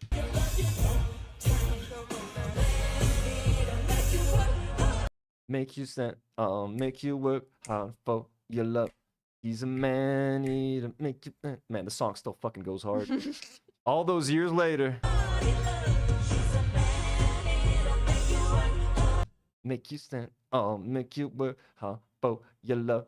Okay, so I mean, you guys will notice she's changed a little bit. She's maybe gained some weight. How old? Can you check for how old is Nelly Furtado? She's Nelly. Check out also like I know she's got some kids. So the internet, folks. She's 46. She's 46. Come on. Yeah, got 46. Does she have children? Let's check this kid. Not that that matters. You don't have to have kids to gain weight. I'm just seeing it could be a factor. So she has children as well. Yeah, she has 3 kids. 3 kids, hardworking mom. Okay. She's out there looking out for 3 fucking kids. She's 46 and she's still fucking performing on stage. But the internet had some comments. Okay, some people, obviously, so this is the person who posted. They said, I'm obsessed with her boots. These are pretty cool boots, to be fair. Oh, yeah, they are. Count Dankula says, more like Nelly Fat Lardo, damn. Okay. And that has 9.5K views. This gif, girl, you're thicker than a bowl of oatmeal. Girl, you're thicker than a bowl of oatmeal. Arthur Fucksake says, how many men did she eat? Lame. Bud Vugger78 says, yeah, that bird ain't flying away. So they're using all of her lyrics against her, our favorite lyrics. You were just singing, I'm like a bird, I want to fly away. Yeah. I always fly away. I don't know where my home is. I don't know where my soul is. So apparently, according to Bud Vugger78, she ain't flying away. NYNY says body shaming in 2025. And then when she's gone lose weight, y'all be telling her to actually eat more. Y'all PMO. Y'all piss me off. David says more like belly Furtado. Okay. These are all so lame. They're also lame. Devin says she been eating a lot of men lately with a crying face. These all have thousands of likes. They're allergic to thick, beautiful women. It's crazy. Are you gay? This person says wood. That's pretty inflation adjusted Nelly Furtado. That's kind of funny. She looks awful, and to the people saying she looks amazing, that doesn't help anyone. Lying to make people feel better is so dumb. Norpat says how I remember her. I remember her when she was young and hot and in her 20s and without children. Now she's gross. Now that she's a grown woman, I don't want to look at her anymore. Kaguya's, this is the internal voice I have for all of these people, folks. Kaguya's Top Gal says, did she eat the audience? Lolps, hilarious. Dennis says, for those weirdos that keep asking what happened to her. What happened to be to her? so sensitive to things people wrote about me. So they're like, look at her. Wow, her butt, glowed up, or like whatever. In the early 2000s, Nelly Furtado captivated everyone with her music and image of female empowerment. But now, she's gained weight, so the people have lost interest. But after a few years of great success, she disappeared from the scene. And when she decided to return, she suffered many attacks and mockery about her figure. Nelly Furtado put on weight. She's now thicker than oatmeal. Oh, they're just recycling the slim figure she had as an average teenager was compared to images of the star 20 years later. Became a mother. Get to the point. So they're like, look at her. Wow, her butt, glowed up, or like whatever. And I'm laughing reading it because I'm like, I could get mad, because I didn't have one. I mean, this is my mama's body that I have. Her first daughter arrived at the beginning of her career when she was 25, allowing her to... Remember, look, you can't even control how you look, man. Sometimes you have a certain type of body. You fucking have kids, you gain weight, you have less time to work out. Your body changes with time, bro. Like, everything changes, man. Your metabolism fucking changes, like, overnight, bro. Like, I'm 34. My body's going through some transformations and some changes, things that I can't even control. Yeah, and I'm way different now than I was at 18. I'm only, like, 25. Bro, everything's different. Like, and yeah. also, like, you have, like, people have to look... good for your age. Stop having this expectation like you're not going to look 20 your whole life. You're going to be 20. Look good for your 20s. You're going to be 30. Understand that your body's going to change. Look good for your 30s. Do the best you can to look good in your 30s. When you're going to be 40, your body's going to go through even more transformations. Try to look and feel your best at 40 in whatever frame you have, in whatever body you have. Stop feeling so much pressure. But when you're going to be 50, just be good, be healthy. Try to feel good for your age. And that looks different for everyone. There's no one size fits all thing for all individuals. This is just misogyny. Like, it is misogyny, women, of course. Women have to be beautiful. You're only worth anything if you're conventionally beautiful, and you're only beautiful if you're skinny and young. And once you're past that, then you're nothing. You're garbage. Exactly. Like how often misogyny. How often do you see Twitter posts making fun of like how a male artist looks after 20 years? Ozzy Osbourne was on stage. He was fucking falling apart a few months ago doing it. I mean, he's very old, so I get that. But like, you know what I mean? Like when Elvis got fat. You rarely see. I mean, look. I would have been tweeting. Twitter wasn't around. Yeah, I would have been tweeting. You know it would have been on Twitter. Like Elvis fell off. This shit's mid, bro. I'm at this fucking hotel in Vegas. What is this? What happened to Elvis? Did he eat Delilah? Oh no, that's a Tom Jones song. Priscilla. Did he eat Priscilla? What happened? Did you eat the hound dog? Fucking Elvis. So, but I mean, she looks great, man. She looks great. She's on stage. She's fucking rocking it. You know. And they did the same thing. The Jennifer Connelly folks, they did the same thing to Jennifer Love-Hewitt. Jennifer Love-Hewitt. Here she is. They made a new I Know What You Did Last Summer. They did a new I Know What You Did Last Summer. Here's some footage of her on the red carpet. People freaked out again. Oh, mamacita. And the same thing. Jennifer Love-Hewitt is now thicker than a bowl of oatmeal. But like she has a perfect figure. Like, sorry, I'm not doing this in a weird or creepy way, but she's literally so fucking attractive. She looks great, bro. Dude, I used to have like a massive crush on her when I was young. Like Jennifer Love-Hewitt. Are you kidding me? When that first movie came out. Okay, some of these are really inappropriate. Fine, we'll read it. Don't read them all. Meta Mimic, you can read what he says. I would spread so wide. I'm not gonna finish that. Okay, Tsika says, I still can't believe she got that large. She needs to diet ASAP. She'll bounce back. Like, what the fuck? What do you bounce back, bro? Like, what are you talking about? Who said she needs your help? Let's check how old she is. Wait. Yeah, Keffe. Bobby H says, too big for me, but a lot of guys like that full figure look. She's 46. Behave yourself. She's also 46. No, but like Bobby. Okay, let's look at Bobby H for a sec. This is what this fucking guy looks like, by the way. So this fucking guy just said, what? Too big for me, but a lot of guys like that full figure look. Like, we don't need to know what's good for you, bro. Too big for me personally, but I mean, you know. Wendy says, so we're hating a woman in her 40s after 3 kids. She looks amazing. Again, of course she looks amazing with 3 kids. Like, look, I'm a man, folks. I don't fucking know what happens to the female body after you've had 3 kids, but I'm willing to bet it's gonna go through some fucking changes. So give them a fucking break, man. Like, oh my God. Dude. Ava says, that's not thick, that's fat. How was that fat? I know. You bitches are crazy. And to bring it all together, Mars Capone says she's been hanging out with Nelly Furtado. But they actually wrote Natalie Furtado. Full circle. She's been hanging out with Natalie Furtado. But yeah, this is a good tweet. I'm gonna say it. Like, it's funny in a way. Woody Tucker says that's called aging. I love these are all men, by the way. The majority of these people are just men. You are gay as fuck if you're gossiping about women. Fucking hell. Donald Miller says these things happen when you birth a couple of kids and then hit menopause. She's 46. Like that's very early for menopause. Brock Kane says she's packed on the pounds. That dress was stressed. Bro, these guys are such fucking assholes, that man. Dress was stressed, sister. Kelly Morales says Bobby H looks like the murderer from Disturbia. Actually, you know who he looks like? But I don't remember the name of that actor. He's in a lot of comedies and a lot of sitcoms. I don't know his fucking name. I know who you're talking about, yeah. If you can figure out what his name is or something, where he's been. It's on the tip. Do you guys know what I'm talking about? He's in he plays the dad. Sometimes he's like a bad guy, but he's kind of goofy. He's never like really evil. He's like a goofy dad in a lot of things. Are you talking about? No. He's an actor. No, I don't know. Is he famous? No, you would know him. He's like a character actor. He played like a lot of TV roles. You would definitely know him if you saw him. I wish I could just think of one movie he's been in. Fuck. Once these things get stuck in my head, I don't want to keep. I want to stop streaming until I figure out his name, essentially. But no, we're not going to do that. We're not going to stop looking at his face, Anthony. You always do that. Take a good look, folks. Pause it and try to figure it out for me.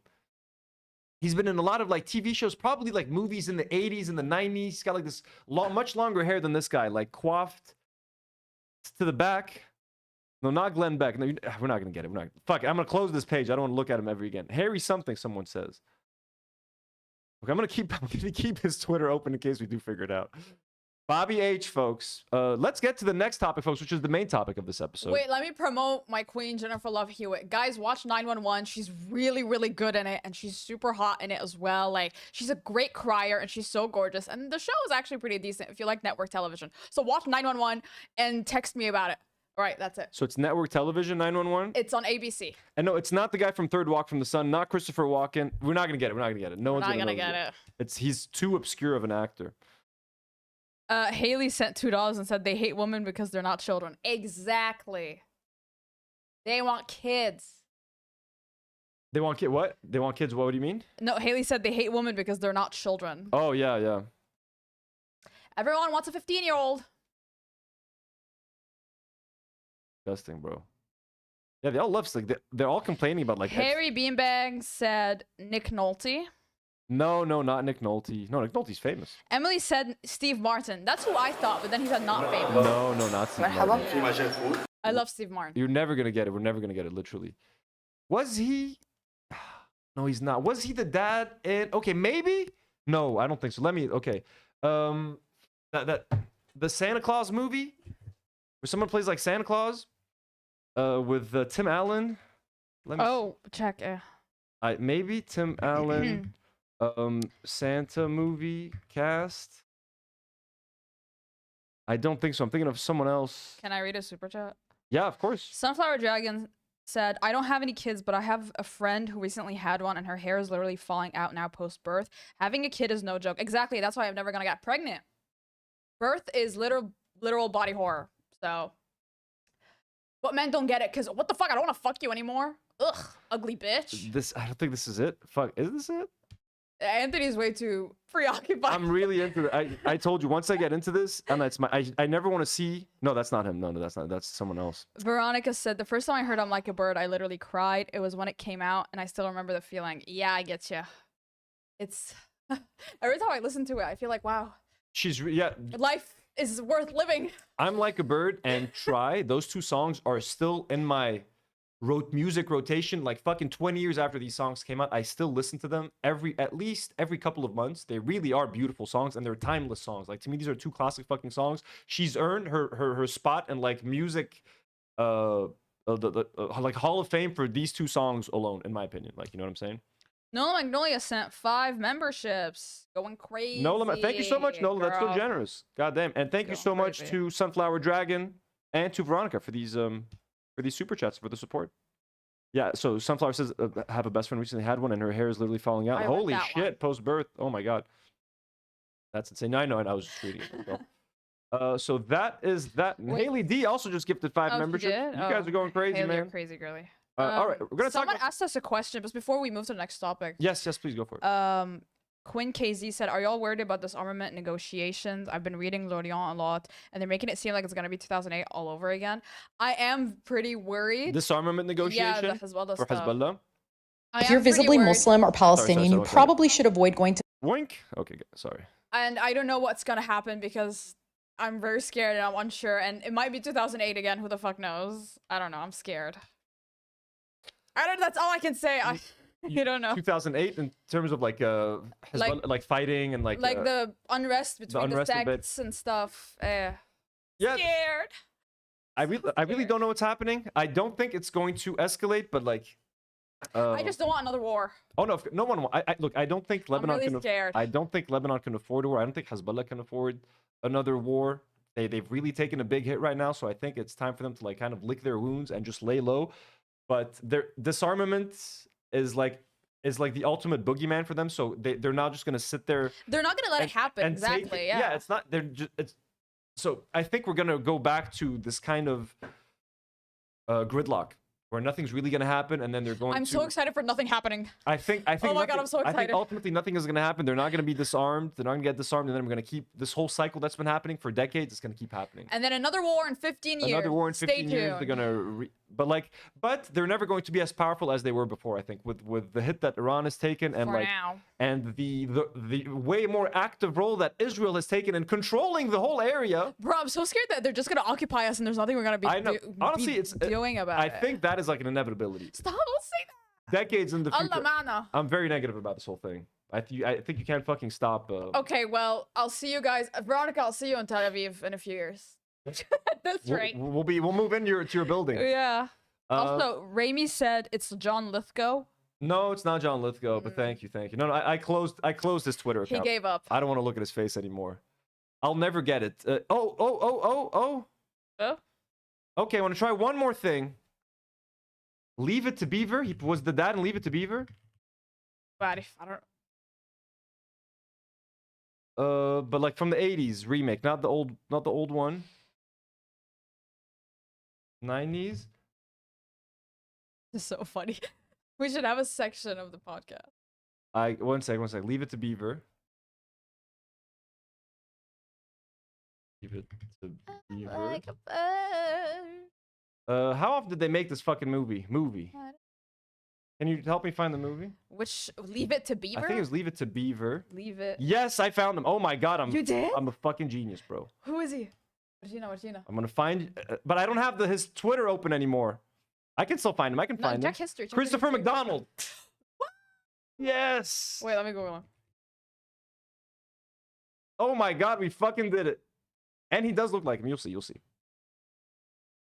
Even if he doesn't, I'm just glad I found him again. Let's go compare the other guy. I'm gonna find the tweet. Was it Nelly? Who was he making fun of? Nelly Furtado or Jennifer Love-Hewitt? No, he was saying Jennifer Love-Hewitt. He was saying that she's too fat for him, but other guys love it. Yes. Okay. Yeah. Okay, so that's him. There he is, Bobby H. Okay, so here's Bobby. See Bob. Okay. There's Bobby. Him? And there's Christopher McDonald. That's who you're thinking of? That's who I've been thinking of guy. this whole time. I love this guy. No, it's kind of Christopher McDonald. He looks maybe scarier. Here, maybe a little, maybe here He with the looks smile. scarier. Yeah. What do you guys think? No, look, I'm just happy I figured it out. This was gonna haunt my dreams, and I never want to forget this guy's name. I love this guy. He's such a good. I mean, I hope he's not a Zionist or something, but like, I really like this guy. Well, someone just gifted a lot of memberships. Tetrafund just landed from Turkey with 20 gifted memberships. Tetrafund, thank you so much. That's so fucking generous, Tetrafund. We love you so much. And Veronica, with another 6 shekels, saying my building as if I can afford a home. Wait, Mr. Krabs said the guy I was thinking of. Google white guy smiling with thumbs up meme. That's who I was thinking of. He looks exactly like it. That's who you guys thinking. I mean, this. It was this for me. It was this for me.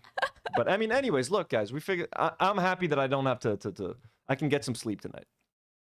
God bless you, Christopher McDonald, and never forget your name ever again. And if I ever do, I'm going to refer to this episode. Folks, main topic of today's episode, controversial title, talking about Lebanese racism and Islamophobia. Nahna, as Lebanese people and as Lebanese podcast, show, stream, we've been very vocal about what's happening in Palestine. We try to show as much support to Palestine and the people of Gaza as much as possible. We try to represent Lebanon as a country that supports Palestinians, but we've also often talked about that there's a lot of racism in Lebanon. There's some Islamophobia in Lebanon. There's racism for against other Arabs, against other races, against domestic workers. We've talked about the kafala system in Lebanon, how people from foreign countries come here to work as domestic workers and they have their passports taken away. They earn basically modern slave wages. And while we try to shed as much positive light on Lebanon as we can, we also never shy away from the more negative things and the things that deserve to be criticized and talked about and that need vast improvement. Specifically, when it comes to, because Palestine is on all of our minds, with what's happening in Gaza. And I've actually had a couple of comments like, stop pretending to be so pro-Palestine. You Lebanese people are very racist against Palestinians and stuff. And while myself and Karine and everyone on this crew were very pro-Palestine and pro-Palestinian, Lebanon does not have the greatest track record when it comes to treating Palestinians. Yeah, and Palestinian refugees in Lebanon live, and most of them live in pretty badly maintained refugee camps. They're not allowed to get full Lebanese citizenship. For the most part, they're not allowed to get work. All the work they get is under the table. They're not paid legally, all that sort of thing. They have a very hard life here. Okay, it's very hard for them to get grants and access to to loans from banks and stuff like that. They live a very hard life and they have a very their status in Lebanon is very iffy. You know what I mean? And the citizenship thing, where in Lebanon you can only get citizenship from your father. So if your mom is Lebanese, like if your dad is Palestinian and he marries a Lebanese woman, you won't get the Lebanese citizenship. And they did that on purpose because they don't want Muslims to vastly outnumber Christians. Yeah, so it's really fucked up. And many years ago, I think it was with the UNHCR. I can't remember, but I worked with a massive like charity organization and a worldwide foundation, and I spent 2 days in a Palestinian refugee camp in Lebanon.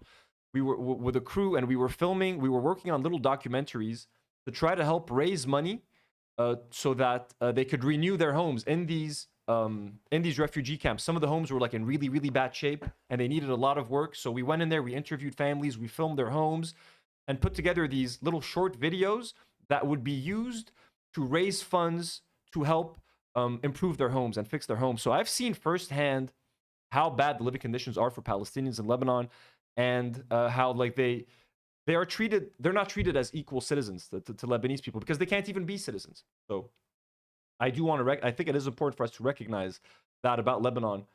Everyone I know, most of the people that I spend time with, my friends and family, everyone loves Palestinians and cares about them. But there is a very bloody history between Lebanese people and Palestinians. There was a war in Lebanon between Palestinian refugees and like Christian Lebanese sects. And there was a lot of death and a lot of destruction that happened because of that. So a lot of people still have a lot of bad blood against Palestinian people. And it's a very complicated thing. But just suffice to say that as much as we like to talk about and promote the Palestinian cause, defend Palestinian people, not all Lebanese people feel that way about Palestinians here.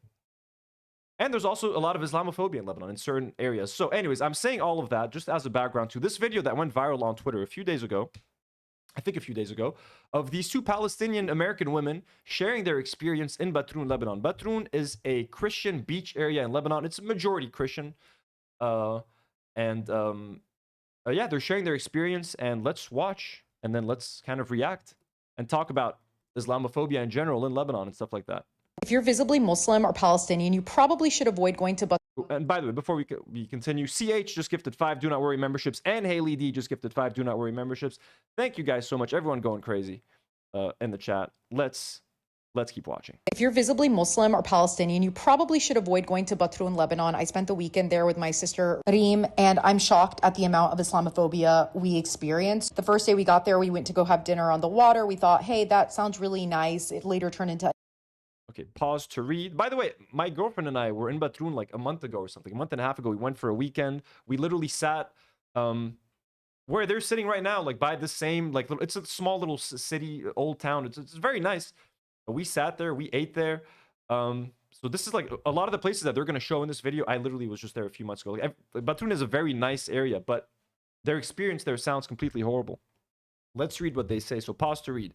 Our waiter moved us to another table halfway through our meal, which was fine. We paid, tipped, and left. But the next day, we were at another restaurant, and the waiter from this dinner approached us and said that when they moved us to another table, they gave us the wrong check and then wanted us to pay difference in cash on the spot while we were at an entirely different restaurant. It was honestly really weird because, first of all, how did you track us down? To be honest, I wouldn't have been as creeped out if he asked us to come by the restaurant later to settle the difference, but he was demanding it as if we were trying to scam him by paying the check that he gave us. So they gave them the wrong check, I guess, and then they followed them to get extra money and made them feel kind of uncomfortable and unsafe.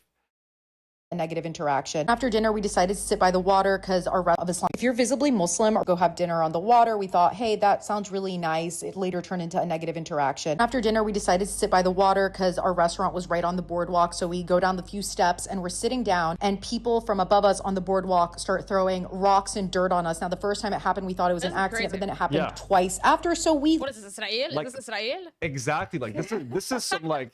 I'm like, some Israeli shit. It's like when Israelis see like Christian people or black people and start like throwing shit at them or spitting at them. I'm like, they were literally throwing things at them. Like, that's insane. And look, when I was in Batroun, I've seen Muslim people walking around. They're not the majority. The vast majority of people there are, I'm guessing, are Christian. I didn't see many veiled people, but there were a few.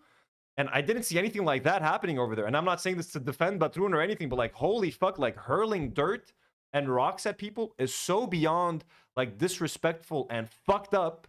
You know what I mean? And I don't even think I don't even think this is a Palestinian thing. I don't even think they knew they were Palestinian. They just saw women covered and veiled. They don't care where they're from. To them, Muslim, throw shit at them. Yeah, true. Insane to me that this was happening in 2025, bro. And it doesn't matter how fucking right-wing Christian you want to be. You can't hold it in your pants for 10 fucking minutes. Like, if you see a Muslim person, you want to fucking hurl something at them? Like, insanity. Insanity, honestly. Like, this was fucking shocking to me. And I'm so sorry that they had this experience here in Lebanon. Left. The next day, we woke up still feeling sitting down, and people from above us on the boardwalk start throwing rocks and dirt on us. Now, the first time it happened, we thought it was an accident, but then it happened twice after, so we left. The next day, we woke up still feeling optimistic, still thinking, hey, maybe that was just a weird day. We wanted to go swimming in the Mediterranean Sea. I didn't feel like swimming, so I was like, cool, I'll just sit on the shore. She gets in the water within minutes. A fucking lifeguard or some fucking guy starts blowing his little fucking whistle at her, so she comes out of the water, and he's like, you can't swim with a hijab on. You're wearing pajamas. So we're going to talk about that in a little bit more detail in a bit. This is a big thing here in Lebanon. The burkini debate. Are burkinis allowed? Should burkinis be banned? There's a lot of people that have been asked to come out of swimming pools because of burkinis, people getting banned off of beaches. So we're going to talk about the burkini thing, but again, extremely fucked up. In my opinion, you should be allowed to get into the water no matter what you're wearing and no matter what the color of your skin is. We're also going to talk about that a little bit later too. In Lebanon, if you're a domestic worker, if you're from like Ethiopia or the Philippines, you might not be allowed to step into a swimming pool or the ocean if you're at like a private beach. So that's how fucked up Lebanon can be. But the burkini thing is completely insane to me. If you want to swim in a burkini, swim in a burkini. You want to swim in a bikini, swim in a bikini. Who gives a shit? So again, extremely disrespectful, and I'm so sorry that they went through that. Luckily, a local man intervened, told this lifeguard dude that he was discriminating against her because it was so very obviously discrimination against her for being a hijabi. And if this local man did not intervene and call the local municipality, she would have been kicked out of the water. And so I basically sat behind her the entire time because I was like, get back in the water, enjoy yourself. At this point, we were obviously both on edge, so we stayed for like 30 more minutes, and then we decided to leave. Yeah, imagine like people clearly want you to not be there. Everyone's like eyeballing you and throwing shit at you. It's like, yeah, just who would want to stay in the water? Even if you work it out with the owner of the beach and you work it out with the lifeguards, they're like, okay, you can stay. It's like, do you really want to stay at that point? Like, do you even really want to stay at that point? Like, I feel so bad for her, bro. Like, This is France's fault. this is literally, yeah, France had the whole burkini France's thing as well. fault. And you know, we love Christians want to be French. we love trying to be like the French. Fucking. Local municipality, she would have been kicked out of the water. And so I basically sat behind her the entire time because I was like, get back in the water, enjoy yourself. At this point, we were obviously both on edge, so we stayed for like 30 more minutes, and then we decided to leave. Then meet up with two of our friends and decide to get lunch. Our waiter at this restaurant starts basically questioning and interrogating my sister and I about our ethnicity and where we're from. We tell him we're Palestinian, but we were born in America. He immediately starts shaming us for living in America, even though our parents are literal refugees from Gaza, and like, where would you like us to fucking go? I can't, like, literally every interaction they've had was bad. Like, also, like literally everything they did was bad. Like, they went to the beach, that was fucked up. They went to have lunch, that was fucked up. They go to have dinner, like, everyone's harassing them the whole time. What I will say is that maybe they misinterpreted what the waiter, like, a lot of people in Lebanon are very nosy. Like, anytime I tell them, hey, I left the States, I used to live in the States, why would you leave the States? Why would you do that? Why are you here? Like, they give you lectures. People will give you lectures. So I don't think, like, again, I wasn't there. It might have been harassment, but I would say maybe this one, they kind of just misinterpreted Lebanese people being extremely fucking nosy and putting their nose in everything and feeling like they have the authority to tell you things about your own personal life. Like, you shouldn't have done that. You should invest in this and you should travel there. You should live here. Why do you live there? They love doing that. So that could have been a case of that. I'm not here denying what they said. If they said they felt harassed and uncomfortable, they felt uncomfortable, I'm sure. But it might be, I'm giving some wiggle room, or maybe here it was kind of more of a cultural thing. About our ethnicity and where we're from. We tell him we're Palestinian, but we were born in America. He immediately starts shaming us for living in America, even though our parents are literal refugees. She says shaming us. It could have been a joke, like, oh my God, you're living in America. No, you shouldn't. Like, he might have said it with a smile or something. He might have been like, oh, you should live in an Arab country. Yeah, you should, like, yeah, at this point, like, maybe they're embellishing a little bit to make the TikTok a little bit more spicy. I don't know. I still believe them, of course, but, you know, there's some room for, like, they could be exact. Like, he's shaming us. He could have just been, hey, why do you live in America? Or, like, they're funding your people's genocide. Like, he has a point as well. He's from Gaza, and, like, where would you like us to fucking go? Then we went for a walk after this fucking weird interaction, and a random man on the street called me a fucking disgusting bitch multiple times. I was just okay, look at that. Like, also, fucking crazy. Like, she's just walking around, and someone's calling her a random, like, a disgusting bitch multiple times. So That's crazy. This is white people behavior. Like, that's crazy. I mean, look, again, there's a lot. What's just crazy to me is that, like, all of this happened in, like, 2 days. Like, they got so much racism and vile racism in a couple of days. We need to do a test subject. Some hijabi, one of you guys go to Batroun and then tell us how you experience it. It's just, yeah, I mean, yeah, we need to test their claim. We need to test it. We're gonna get a hijabi person and we're gonna strap a GoPro on you and we're gonna fucking test this ourselves. But like, them calling her disgusting, like, that's kind of crazy. Like, at one point I'm like, is she lying? Like, this is so, like, they've experienced, and I'm not saying she's lying, but what she's saying sounds like so insane. The racism is so blatant, so disrespectful, like throwing shit at them. You know what I mean? Literally walking behind her and calling her a disgusting bitch. So part of me was like, is she lying? But like, no, the reality is, most likely is that, like, that's how fucking racist Batroun must be. Like, holy fucking shit. Insane, bro. I'm so sorry they went through that, bro. Like, kind of embarrassing, you know what I mean? Walking, I was just existing. And after that, we obviously felt really unsafe, so we stayed in our hotel for the rest of the night. And then the next morning, woke up at 5:30. That's so fucked. I literally went there, like, this is a very nice, like, church, and there's like there's like an old Phoenician wall that that's like right underneath there. It's also very nice, and it's usually full of people. Look, they went so early that it's like completely empty. Like, when I was there, packed with people. And like right now, they literally had to wake up so early to avoid the crowd. It's so fucking sad. Yeah, so we can go see the Phoenician wall without running into any fucking human being. And it was obviously really cool. And then afterwards, we decided to go swimming in the sea because it was completely empty and we had a lovely time. And honestly, the rest of my trip in Lebanon outside of Batroun was amazing. But I'm not surprised at all what happened. Funny. Yes, she liked the rest of Lebanon, so fuck you, Batroun. So she says the rest of Lebanon was fine, but Batroun was kind of fucked. And Batroun is known for being a little bit more extreme. Lebanon's concert there. Merci on, merci on. A little bit more Christian and stuff. But I mean, what an insane experience. And again, if I didn't mean to sound like I don't believe what they said, but like I was just so fucking shocked. I'm like, did all that really fucking happen in 2 days? And it's like, it's kind of hard to reckon with that fact because we're sitting here, we're constantly being like, let's fucking support Gaza and support Palestine. Literally a 40-minute drive away from here, you got people throwing dirt on Muslims. I'm like, what the fuck is going on? What the fuck is happening? So, Batroun, I was not familiar with your racism game and your Islamophobic game. So I don't even know if I feel comfortable like going to Batroun often, like with something this fucking like wretched. You know what I mean? Like, doesn't that make it fucking weird? Like extra weird? But this is not a what do we call it? Oh, I know what you mean. Actually, wait. It's not a contained situation. No. There's a better word for it. I know. I can't. Incident. Something. An incident. Yes. Someone help. It is not the solitary incident. These are all the wrong words. Fuck. What's the word? Fuck it. We don't have time. We had plenty of time. You have Google. McDonald's. Google it for me. So speaking on the burkini ban, there's been actually the opposite situation happening as well. We're going to talk about the burkini ban as well.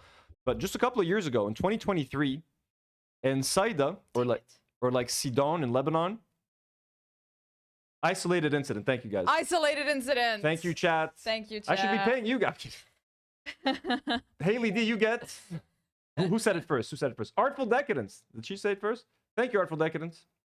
By the way, Karine is working with really shitty Wi-Fi, so you guys have to... No, Zoe said it first.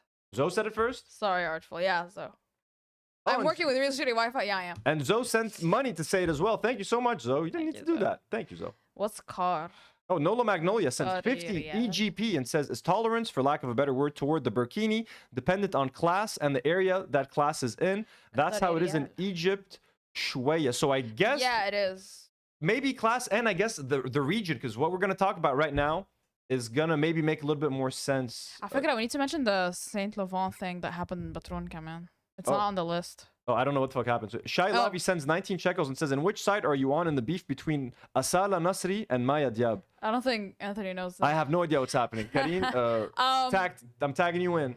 I'll say Asala, just because I don't really like Maya Diab. Sorry. That's it. That's my 2 cents on that. What do they do? But like, what's happening between them? Real quick, give us the 10-second version. Fucking, I don't know. I don't know the details. I just heard my mom talking about it. Okay. Oh, we don't need to spend too much time on it. there was actually a swim. So Saida is a majority, I would say, Muslim area region. Yeah, it's very in Lebanon. Sunni. It's Sunni specifically. It's a very Sunni region. So a couple of years ago, a lady went to the beach in Saida wearing an actual like regular bikini, not a burkini, and people in Saida asked her to get out of the water. So kind of a flipped scenario. It's usually the Christians asking the people in the burkinis to get out of the water. This time, Muslims were like, "Hey, you're wearing a bikini? We don't think you should be wearing a bikini here. Get out of the water." Get out of here, slut. And that caused a whole big like stir. Yeah, like in we the were country, mad. I was mad. And a whole conversation. So it says on May 21, the municipality of Saida banned swimsuits and alcohol from its public beaches. And Saida has banned alcohol. Alcohol isn't legal in Saida. Oh yeah, Fun fact. an unprecedented decision by a public authority, experts say. Lebanon prides itself on being multicultural and having many religions living together side by side. Like in Beirut, you have Muslims and Christians living together. You can buy alcohol at a store. You don't have to buy alcohol if you don't want to. People, usually we try to, let people be. There's still a lot of tensions, of course, and political parties and shit like that. Of course, it's not as nice as we try to make it seem. But yeah, Saida did take it a step further by actually banning alcohol, but then they took it a step further by banning swimsuits and banning bikinis. So let me just see if there's anything else to read here. On May 14th at Saida's public beach, some 30 men accompanied by 2 sheikhs approached 2 couples of beachgoers. That's fucking terrifying, by the way. If you're just at the beach in a bikini and a group of 30 men fucking approach you, that's fucking terrible. The men who had assembled in mob fashion were displeased with the women's indecent attire and ordered the couples to vacate the area. The incident provoked reactions from religious leaders and civil society groups. 2 days later, Saida's League of Muslim Ulama denounced what it called a suspicious media campaign targeting the city, its customs, sheikhs, and population. In a press release, a group representing local religious associations also expressed discontent at the municipality's lack of reactivity in enforcing order and law. As the controversy escalated, opposing groups protested Sunday morning in front of Saida's public beach. Dozens of security officers were deployed at the scene. One group of protesters, comprising feminist groups and activists, called for women's freedom to choose their beach-going attire, while the opposing Islamist group called for modesty and virtue against nudity. The same day, the municipality issued its decision to ban swimsuits. So this was just part of it. Saida's very conservative. Do you know, are swimsuits still banned in Saida? I mean, I'm gonna assume they And are. then- So if you want to wear burkini, go to Saida. And then, like to get back at them, a resort in Damour banned burkinis. So after Saida backlash, resort in Damour decides to ban burkinis, literally just to spite them. So Beirut on Saturday, a resort in the town of Damour banned 2 women wearing burkinis from swimming. The move comes just a month after 2 Muslim sheikhs accompanied by supporters approached 2 couples in Saida's blah blah blah. In May, a woman was harassed for wearing a revealing swimsuit on a public beach in Saida. Today, at a private beach club in Damour, 2 women were forbidden from swimming because of their burkinis. Can't win either way. People need to spend less time policing what women wear, tweeted journalist Nada Humsi. It's literally just about controlling women. That's all this is. Some big fucking ploy to control women. No one cares about anything else. That's kind of always been the case. And so, Wait, can we talk about? Wait, I just want to say something else to show like how conservative Saida is. Saida is very conservative to the point where when like the moral panic was happening in Lebanon about like gay people and stuff, this was before the war. When the country was like, oh my god, everyone's gay, we need to like do something about it. Saida put up a bunch of billboards that were like, a plug and another plug. That can't happen. You can't. 2 plugs can't have sex. That was in Saida. And 2 woman plugs can't have sex. And then they put those up all over Saida. It was so fucking stupid. Yeah, there was a huge gay panic a couple of years ago in Lebanon where they were banning anything with a rainbow on it became banned. There was a famous like pastry shop called Pain d'Or that had a very famous rainbow cake that they've been selling for like 25 years. Yeah. That cake is now banned and it has been rebranded as the Sunset Cake. They literally took out like 2 shades of color from it and now they've rebranded it as the Sunset Cake. We did a whole episode about it. It was a whole thing. Let's just wait for the power to come back and then we'll get to this. And I'm just watching the screen. I'm seeing Karine. Marina said also in Beirut, if you're a woman, you can't wear a swimsuit on public beach. What? That doesn't sound right. I mean, I've never been to the beach in Beirut, believe it or not. Never. And I've lived there my entire life. Yeah, I don't know if I've really? That doesn't sound right. I don't think I've been to a public beach in Beirut before. The only public beaches I've been to were in the north. Oh, and Nour, actually, in the south. So this burkini stuff has been happening for a while. Here's an article from 2017, actually. Tunisian women One wearing a bikini, a full-body swimsuit, swam at Ghar el-Melh near Bizerte, northeast. Oh, this is in Tunis. I thought this was in Lebanon. Okay, sorry. The bikini thing has been happening. They've been doing that shit in Tunis too, I guess. For a minute. This is the French's fault. So how do we blame this on the French? Yeah, the French also were trying to ban bikinis, right? But didn't they unban them now? I think you can wear a bikini in France now. If you want to look it up. Oh, look, all I'm gonna say is stop controlling women. Let women wear whatever the fuck they want. If they want to wear bikinis, let them wear bikinis. If they want to wear bikinis, let them wear bikinis. Bikinis and bikinis at the same time. I think a lot of people think here, a lot of like resort managers and stuff. I think it's completely Islamophobic, and in their mind, I think if a bikini is less attractive, essentially, like we want to have this exclusive private beach, we just want women in bikinis, and if we take a picture and if we make a video for our Instagram, we just want the babes in bikinis in the water. We don't want anything distracting from that. So they're looking for like an aesthetic. It is literally an aesthetic, and they don't only do it with women in bikinis. They literally also do it with people's races. Okay, allow ads. Fuck. Let me do this thing right here. Pause on the site. Here we go. So in Lebanon, folks, domestic workers, or basically, even if you're not a domestic worker, if you're black, if you're Filipino, they're just going to assume you're a domestic worker, and they're not going to let you in most private pools. They will let them, and you know what's more fucked up? They will let minorities or like domestic workers go in the children's pools, because if they're a helper, they'll let them swim with the kids in the pool that's filled with fucking piss that the parents don't want to get in. That's the only pool that they will usually let domestic workers get in. It's so fucked up. Here's an article from 2025. I was ordered out of a swimming pool just for being a migrant. My whole body was shaking. The uncomfortable looks came first as Jane Toyson, a domestic worker from the Philippines, dipped her feet in the swimming pool of an upscale beach club in Lebanon. She could feel the disapproving eyes of guests on her. That is when the lifeguard ordered the 33-year-old to exit the pool, as the help is not allowed to swim in it. And again, it always comes down to the lifeguard having to whistle at you. Like, you know what I mean? Get out of the pool, lady. Is that like in their job prescription? Makes you feel... it's part of the job description in Lebanon. Makes you feel uncomfortable. Jane, who had worked as a nanny for a family in Beirut for 8 years, told Metro I could sense something was off. Then the lifeguard approached me and told me to get out of the pool. You are not allowed to swim, he said. I was shocked. Everyone was staring at me. My whole body was shaking, and I could feel that I was starting to cry. Incidents of racial and class-based segregation like this one are a window into Lebanon's kafala system, considered a form of modern-day slavery by some human rights organizations. Under this legal framework, also operating in Jordan and many Gulf states, migrant domestic workers are bound to their employers and denied basic labor rights. Employers are even permitted to take away their passports. Oh, they're not permitted. It's common practice. The office that brings these workers here and like sends them out to families or like rents them out to families, they hold on to their passports and they don't let them take their passports back until their contracts are up. They are usually paid between $100 a month to like $300 a month, literally slave wages. Most of the time, they're not allowed to have like cell phones. If they get a cell phone, it's considered a luxury. If they get a TV in their usually tiny bedrooms, that's considered a luxury. They're maybe allowed 1 day off per week to like leave the house and like maybe see friends. Maybe it's an extremely fucked up system that people in Lebanon and activists in Lebanon have been trying to get rid of for years. Suicide amongst domestic workers is like a big thing. So many domestic workers choose to take their own lives because they can't take either the harassment. Some of them get beaten at home, literal physical abuse. Some of them get abused sexually at home. It's a very fucked up system. It's a very dark system. And if it weren't enough for them to deal with all of that, all of that abuse and racism, if they just want to get in the water for a dip on a hot summer day, you can't even do that because they're going to ask you to get out of the pool because they don't want to ruin their pool aesthetic or the vibe. You know what I mean? No bikinis, no minorities. And I mean, I'm glad we're talking about this now because it's summer. We're in the summer right now. This is happening right now in beach clubs all over the fucking country. Let's see if there's a video here. Are you looking for the trendiest tech gadget? Shut up.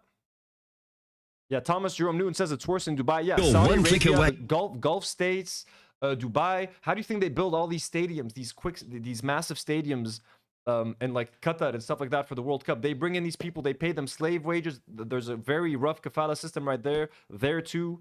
All of these countries take advantage of these desperate people looking for work and looking for work, you know, looking for money.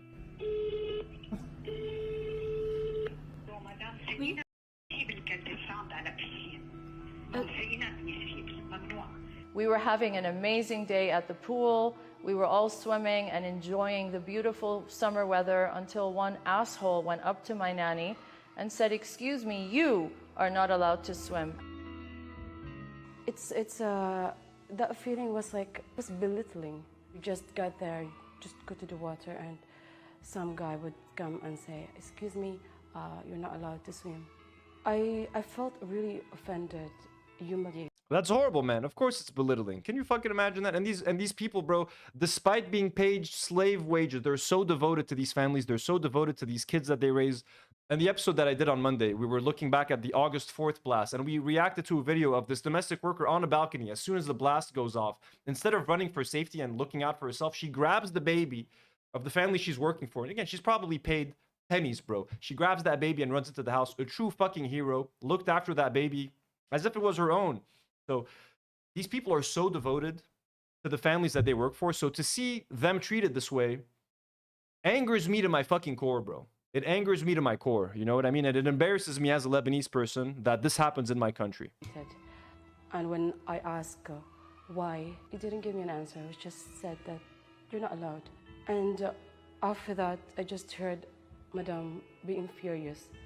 We've known Jane for 8 years. She's part of our family. I trust her blindly with my kids. She's equivalent to my mom or my sister taking care of my kids. My kids love her. They grew up with her. Seeing someone humiliate and insult her is so degrading. I was really confused what's happening, because I was also drowning in my own feelings, because it never happened to me. And for that, I actually got teary-eyed. I was kind of crying, but I'm holding it, I'm trying not to show it to the kids, because the very first... even after her employer yells at the... Imagine she yells at the lifeguard, she yells at the management, they're like, okay, fuck it, we agree, let her swim. Do you think she still wants to be there? Do you think she still wants to be in that swimming pool with everyone looking at her? All of the customers like, whoa, look at this they're letting this Filipino lady swim. Oh, they made such a big scene. It would make her so uncomfortable. She would just want to fucking leave and go home. You know what I mean?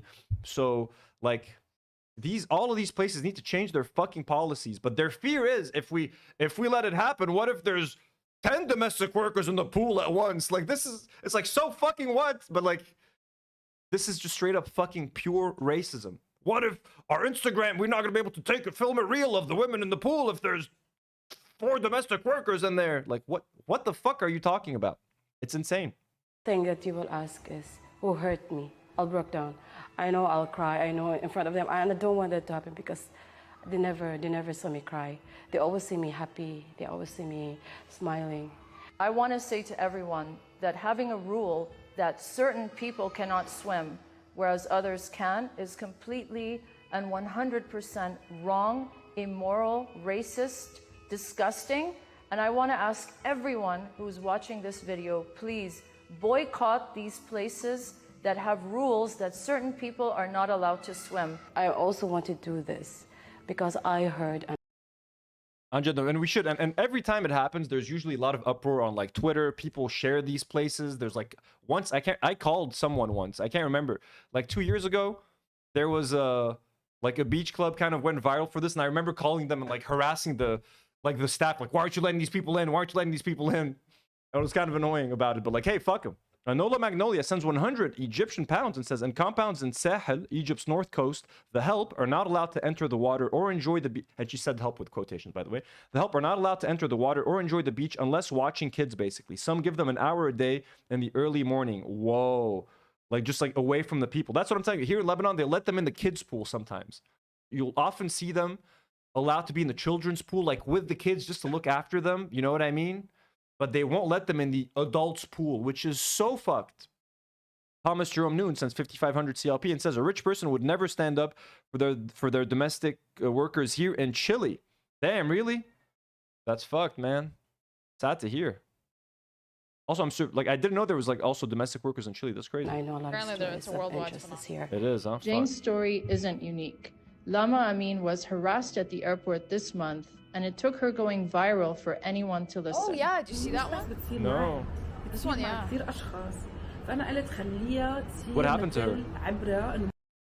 The airport security called her, it was really rude to her and called her SUP, which is calling like a black woman SUP, it's like basically because the stereotype here. They're just assuming she's Ethiopian. She's Ethiopian and that she's a maid, basically. So he called her that, and then he was really rude to her and went to her stuff or something like that. And then she had to post a video on social media for it to go viral. And then the army was like, "Okay, we're dealing with this. Sorry, this happened to you." It's just bullshit. Someone told me the story years ago. I don't know how true it was, but like it stayed with me for years.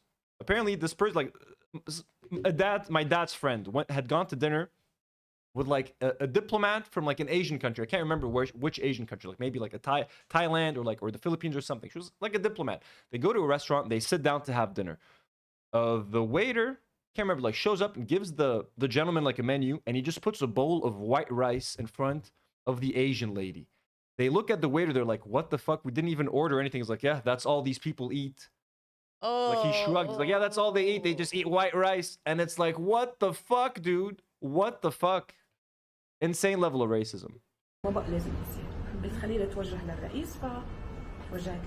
she's Lebanese. Now that this happens to me, Who, this lady? It's different. The black lady? The black lady. She's like now half I Lebanese or understand something more like that. how they feel. So, I mean, I'm glad we saw this video. So, this happens every day. You guys have to keep in mind this happens every day. Aware of the physical and sexual abuse of some of her colleagues' face, Jane admitted she's one of the lucky ones to find a good family. And yeah, she's right. Good families and bad families. So, I mean, yeah, insane. I'm glad it worked out. I'm glad she's with a good family. I hope they treat her well. I hope they treat her with respect. But yeah, this is a very common issue here in Lebanon. Here is, I think, a video from a few years ago. Do you know if Sporting still, because I think Sporting in Beirut, it's also like a private beach club. Open. They're still open, but I think Are they still racist? this is from 14 years ago, but I remember hearing something from like a couple of years ago that this happened again. I'm not sure. Don't quote me on this. Sporting. Let me know if anyone in the live chat knows. I don't remember if Sporting still does this, but someone recorded this interaction with a clerk there. Like, this is old. Okay, this just goes to show you for how long this has been happening. It's still an issue today. The story we just read happened this summer, 2025. This is from 14 years ago. So this is like a chronic problem in Lebanon, something that we've been dealing with for a long time. You guys can read the subtitles because they're going to be speaking in Arabic. Princess, can we go in, the three of us?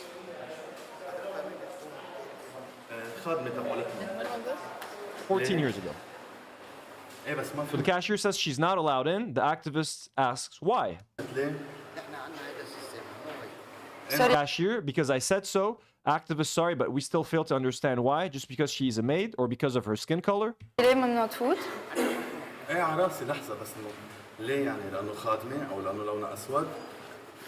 Cashier, I do not allow maids in.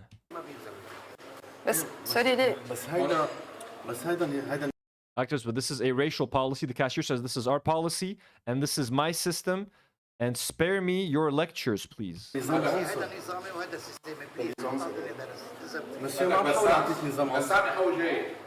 So here he calls the bouncer. Oh, so the clerk is bringing some extra security help. Okay. Monsieur, بعتذر بس انه هذا تصرف عنصري. يعني طب إذا ما كانت خادمتي، إذا كانت رفيقتي دوموزيل. So he's asking, what if she wasn't my maid? What if she was just my friend? Would you allow her to come in? And this is where, again, like they're like, oh, we don't know. They don't fucking know, bro. In Lebanon, if you see a black person, generally the only context they see them in is as a domestic worker.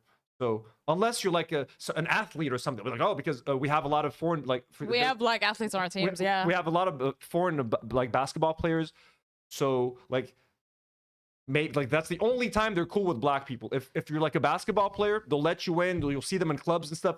Otherwise, man, it really Lebanon is so fucked up, bro. Like bouncers don't let anyone in. لا بس إنه هي مش خادمة، هي رفيقتي، بس لأنه أسود ما فيها زل. He's like, no, she cannot. سلام من الصبح عم نبرم معقول إنه نحن فالدين بس إنه أنا عندي بس هالسؤال عمال ما رجعوني عليه بليز يعني هي منا خادمتي أقول هي لونها حدا من أفريقيا لونه أسود صار فيها تنزل. This cashier, okay, then I will show you this paper and you will not be allowed in reference to a paper that says only people with membership cards can go in. So he's refusing to answer, like, what if she's only African but not a maid? Would you let her in? He's like dancing around the answer. بعمل اشتراك. That's just like, okay, we'll pay for the membership. Then it's like, well, we don't have space anymore. We're out of memberships. So he's just finding any reason not to let this woman in. But he's trying to use the membership. Well, she needs to have a membership card if she's African. Oh, you want a membership? We're out of memberships. Tough shit. حضرته عم بيعمل اشتراك هلا قدامي عم بيعمل اشتراك. بس سوري ما عم تاخذ بتعطي معنا بطريقه طيب لازمه. And yeah, there's some other guy filling in a membership form like right now. Why aren't you giving us a membership form? By the way, Maki's here. Maki wants. Hello, Maki. Hello, Maki Poo. Hello, sweet Maki boy. A little closer. A little closer. Hello, hello, hello, hello, hello, hello, hello, hello, hello. Okay. Back to the video. بالحال ميرسي كثير بس بدنا نقول لكم انه حضرتكم كثير عنصريين بالسبورتنج كلوب وميرسي كثير شكرا لكم. صدق عنصريه. عنصريين. Does anyone in the live chat know if Sporting changed their policy? If they didn't, fuck them. If they did, good job. هذا لونه اسود او لونه اصفر ما بتفوتوه. عن جد شعب. عن جد.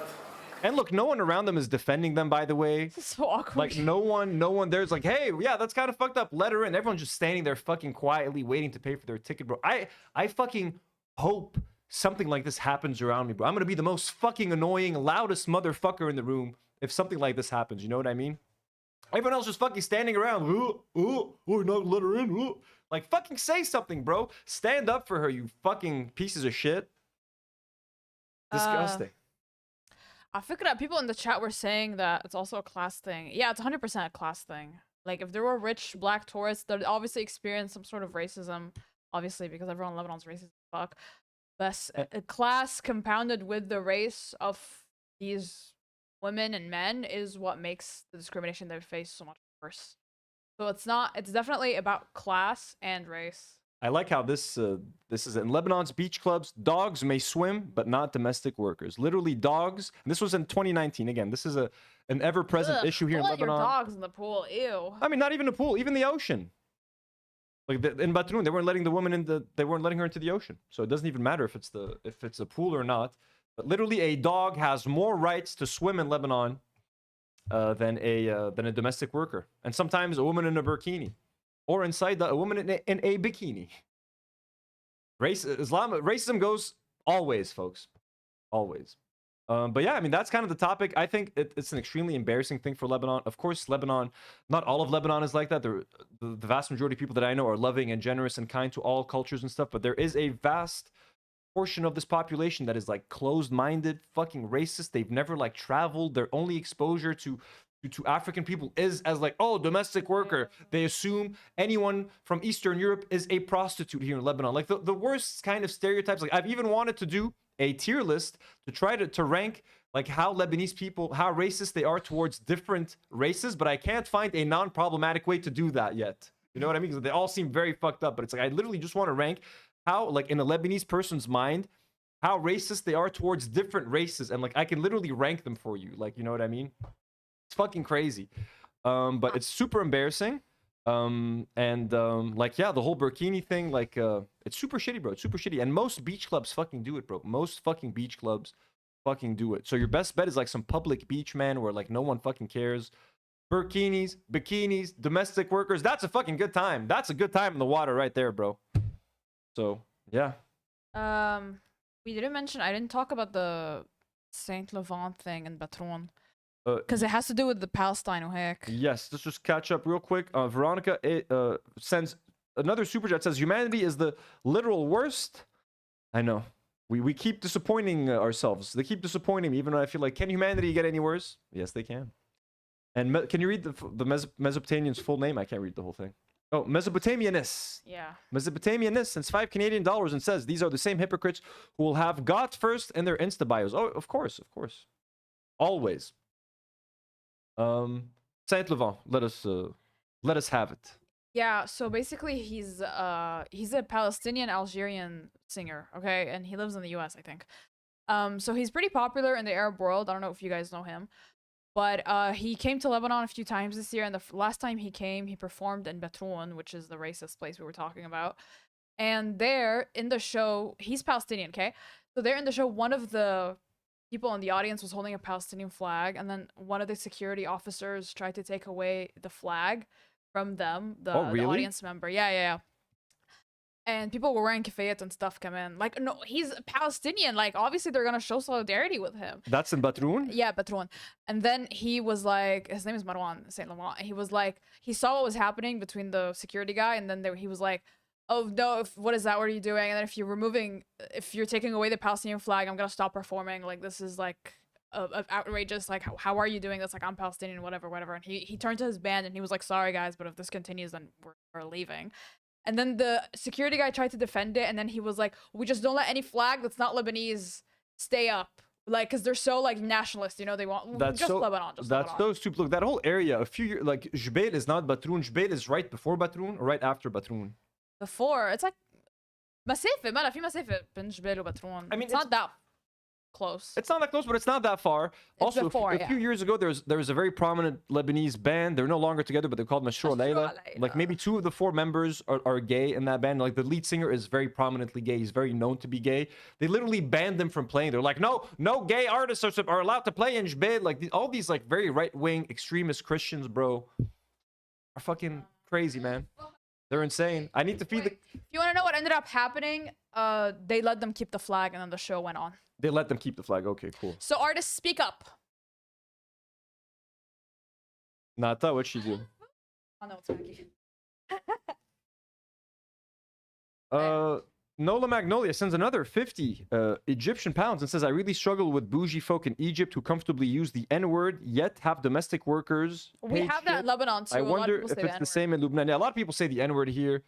And I have to fight for my life in high school. I had to fight for my life in high school when all the fucking boys around me were saying the N-word, and I had to be like, you can't say that, it's fucking racist. And they were like, why? There are no black people here. We could say it, we're not being racist. That's exactly why. Like, a lot of people here that say don't say it in a racist, like, don't say it. Like, they say it in a, bro. They don't use the N-word as in, like, to put down black people. They're not even using it with a black person. They're using it with another Arab person. They just say, like, as in, like, hey, my dude, like, what's up, my man? But they just use it fucking freely, openly, like, what up? And it's like, holy fucking shit, bro. But they've never been around black people to even feel the, like, oh, we shouldn't say that, or, like, you know what I mean? But some people do say it in a racist way, 100%, but most of the time it's just like a term of endearment, which is fucking crazy. But, like, yeah, what can you do, folks? Lebanon, the Middle East, insane stuff.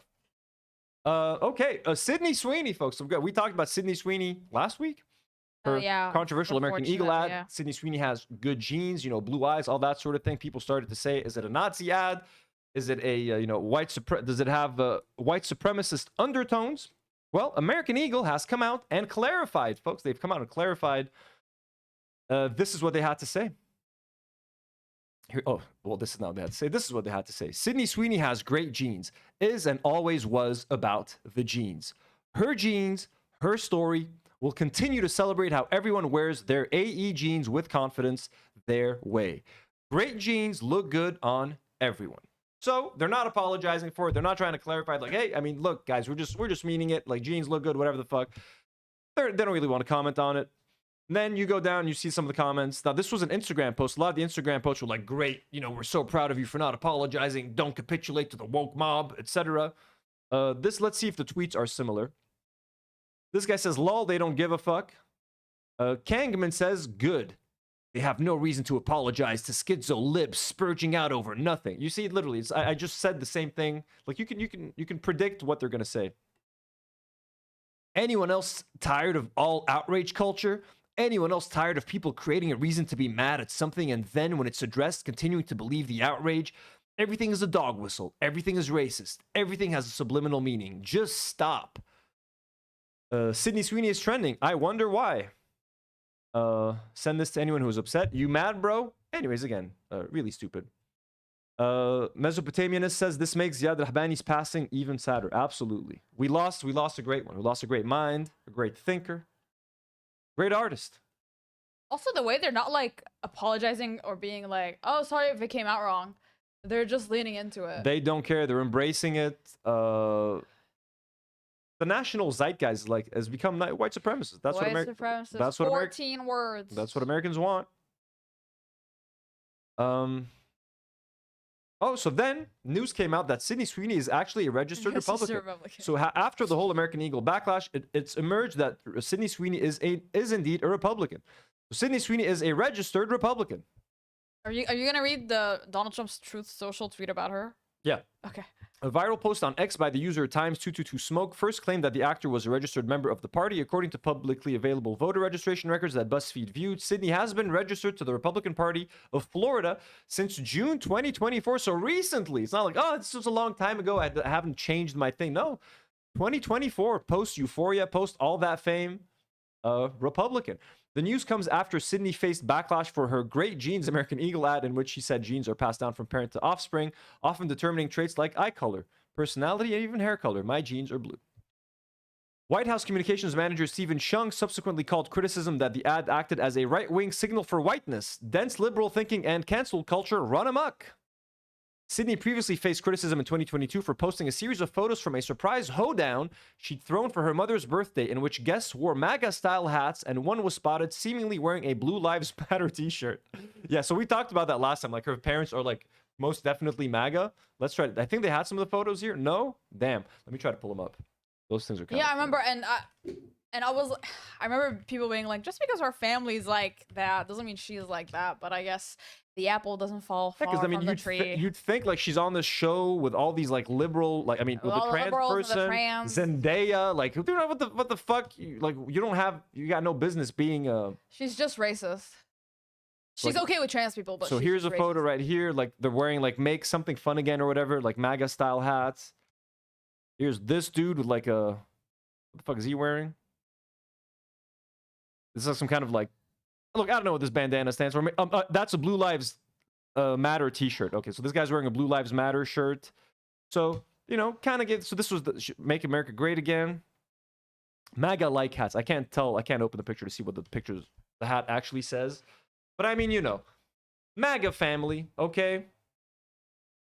So, in response, Sidney said at the time, an innocent celebration for my mom's milestone 60th birthday has turned into an absurd political statement, which was not the intention. Please stop making assumptions. Well, it turns out those assumptions were true, because she is a registered Republican.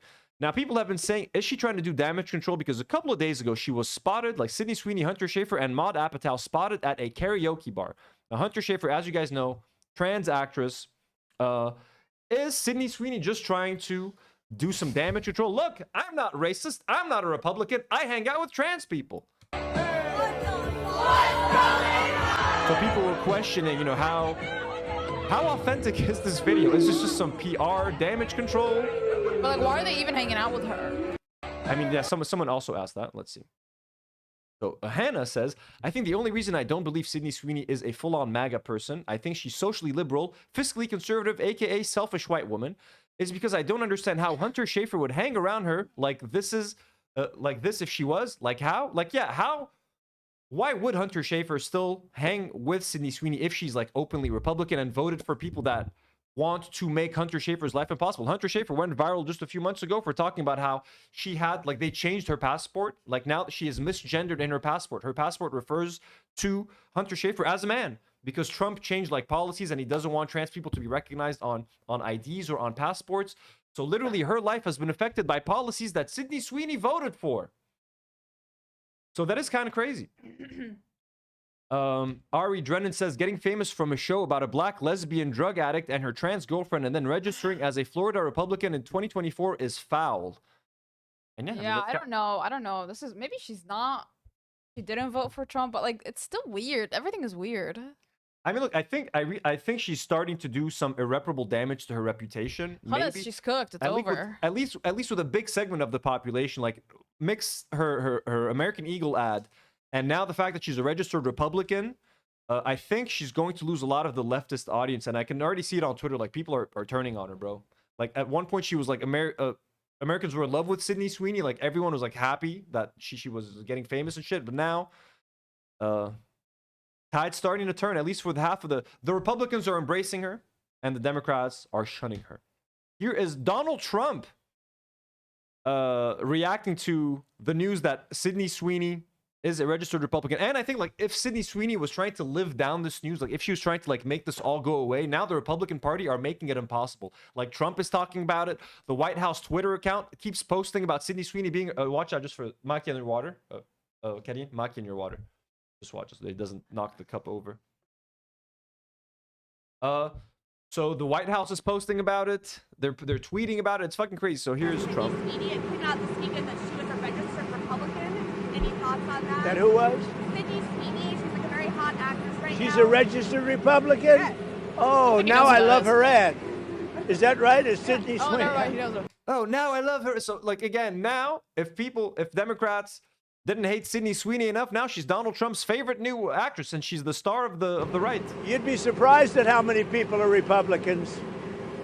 That's what I wouldn't have known, but I'm glad you told me that. If Sydney Sweeney is a registered Republican, I think her ad is fantastic. Okay, thank you very much, everybody. All these fucking creeps where they're just happy that an attractive woman is a Republican. We can use her now in our messaging. Are you kidding me? He's so excited, bro. Wait, read his Truth Social post. Wait, I'll read it. Yeah, read it for us.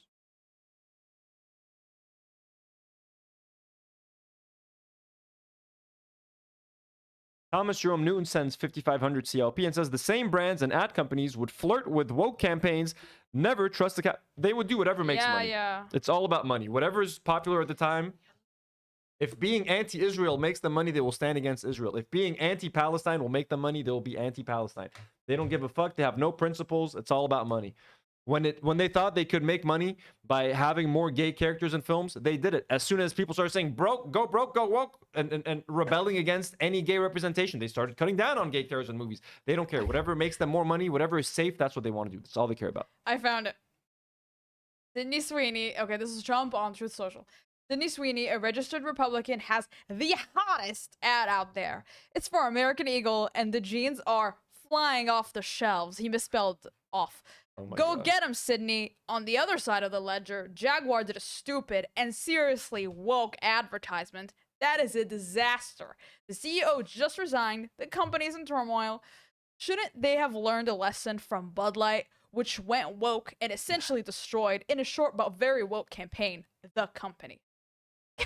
Oh my God, bro. What a classic, man. And if that wasn't bad enough, if him posting on Truth Social isn't enough, here's the White House official Twitter posting a picture of Trump screaming, and it says, "Have you seen the Sydney Sweeney ad?"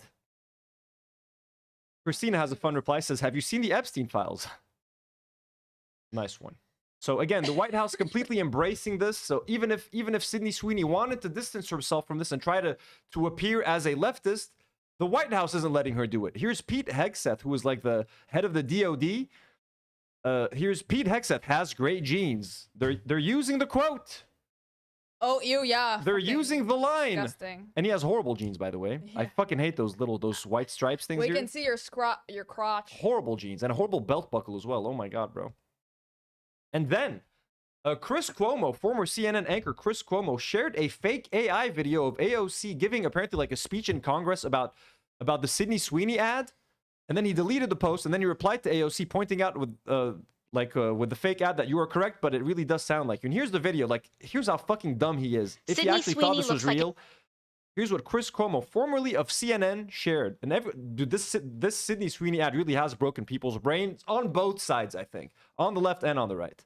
Sydney Sweeney looks like an Aryan goddess, and the American Eagle Jeans campaign is blatant Nazi propaganda. I mean, fuck. Watching that sultry little temptress squeeze into a Canadian tuxedo, 3 sizes too small. And like with her mouth, look how bad the mouth is, bro. Bouncy little fun bags on the screen. Like, Chris Cuomo, are you fucking... Bouncy little fun bags, huh? Chris Cuomo, unless you're the dumbest motherfucker on the planet, ain't no fucking way you thought this was a real fucking video, bro. Staring at you, piercing through the core of your soul, with those ocean blue eyes that could resurrect the Fuhrer from his grave in Argentina, is something that should alarm every American citizen, because in America, beauty is not defined by whiteness. Oh no, it is defined by the number of victim groups of which you are a member. Demi, I'm so sorry. I just saw Demi was texting me isolated incident like 30 minutes ago. Demi, I'm so sorry. Thank you. I don't look at my phone because I can't even move it during shoots. Skinny, attractive, blonde-haired, blue-eyed cisgender women descend from the slave daddy oppressors of this nation. Slave and daddy. Any man who cranks one out while thinking about a woman like this probably hates black people, probably hates gay people, and they certainly hate the diversity of our great nation. So I say, instead of simping for the Sydneys, we should be celebrating the Shaniquas. Instead of worshiping the Instead of fucking stupid. Instead of simping for the Sydneys, we should be simping the Shaniquas. And look at her mouth, bro. Like, come on, who fell for this? hot, straight blonde. What about the obese alphabet, people with blue hair? They need love too. And to all the haters What people with the peace alphabet they need love to? The blue-haired people. who say companies that go woke, go broke, I'd rather be poor than a fucking Nazi. Period. So Chris Cuomo actually thought this was real, so he shared this.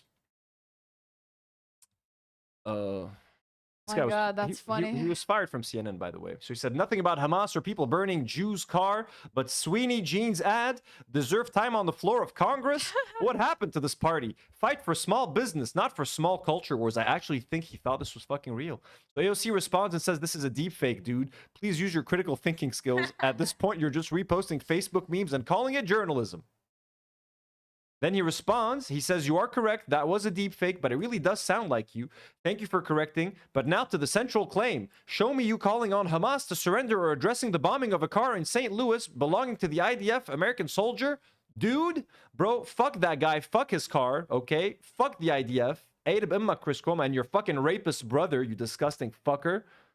He's Andrew Cuomo's brother, by the way, if you don't know. The guy who's running for mayor of New York again. Oh, he's his brother? He's his brother.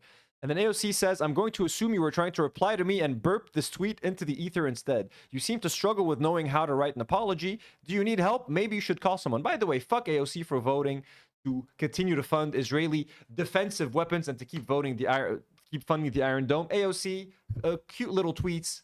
Fuck you. Okay, that's what I'll say about that. And that's it for the Sydney Sweeney stuff. Still, she's breaking America's brain. That fucking ad, bro. I think everyone. I'm really tired of talking about this ad. We're almost done. We're almost done with the live stream, folks. We've been streaming for a couple hours now. Ooh, did I not post this? One sec.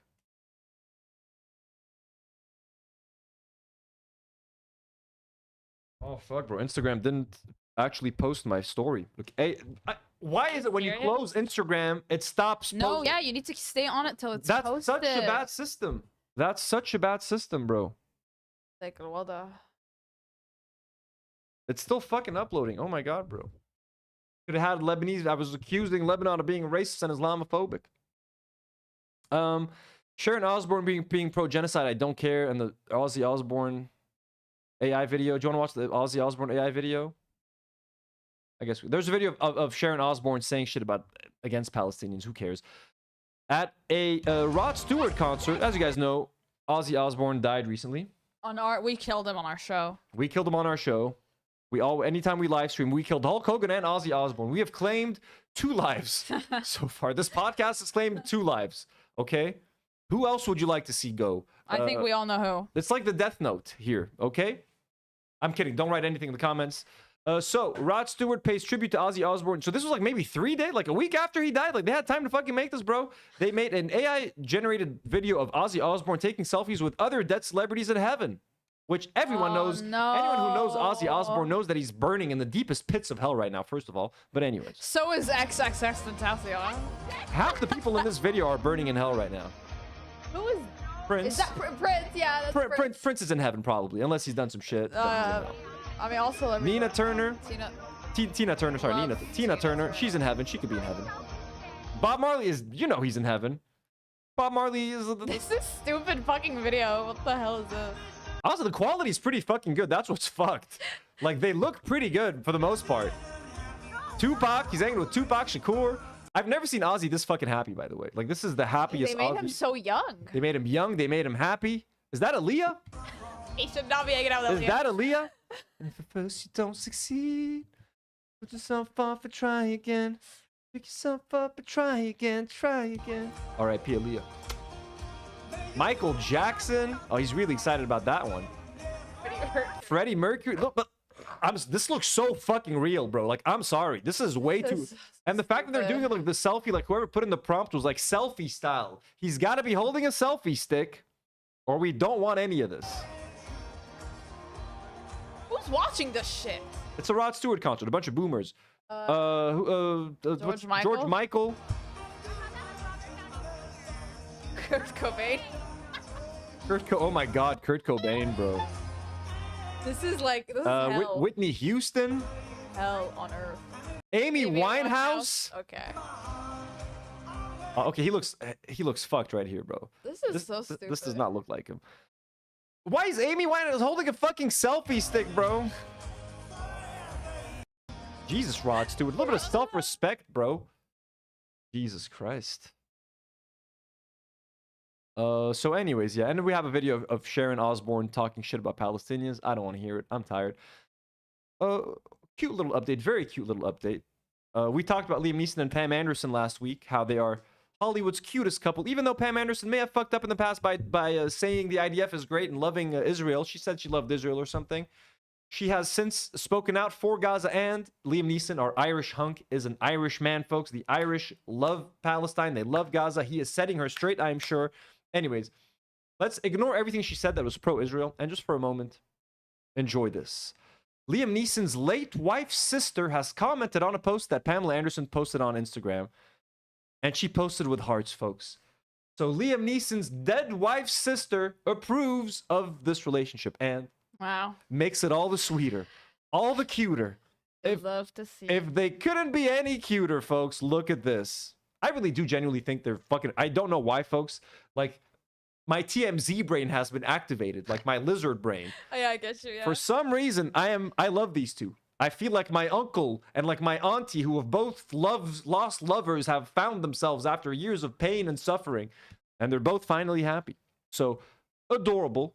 This is officially sanctioned by his late wife's sister. You couldn't get any more approval, any better approval than that.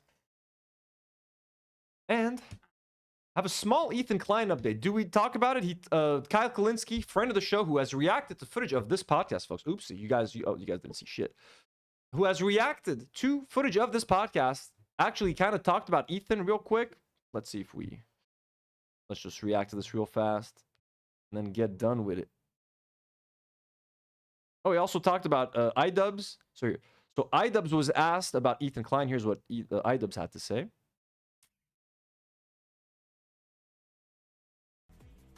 So what's the plan with Ethan Klein? The rule. So what's the plan with Ethan Klein? So what's the plan with Ethan Klein? The rule, just so you guys are aware, is like we just don't give it any attention, you know? Like I really want to make my own shit. It's kind of one of the I think reasons I stopped making as much drama content is because I personally didn't want to feel super reliant on it.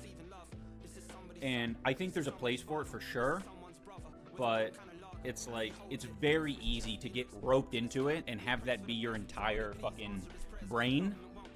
And it's just not good for anyone. I mean, take it in, you know, bits and pieces maybe, but yeah, I'm fine with just not.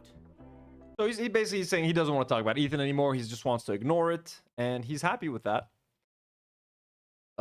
And Ethan had a response. He's not happy with that. So this is what Ethan had to say about that. He says, I can't believe this pathetic worm used to be my friend. He came to my house dozens of times, always warmly welcomed. Now he turncoats, makes the most inflammatory hit piece with the most toxic freaks online. He says he quit Creator Clash so he could talk shit to me.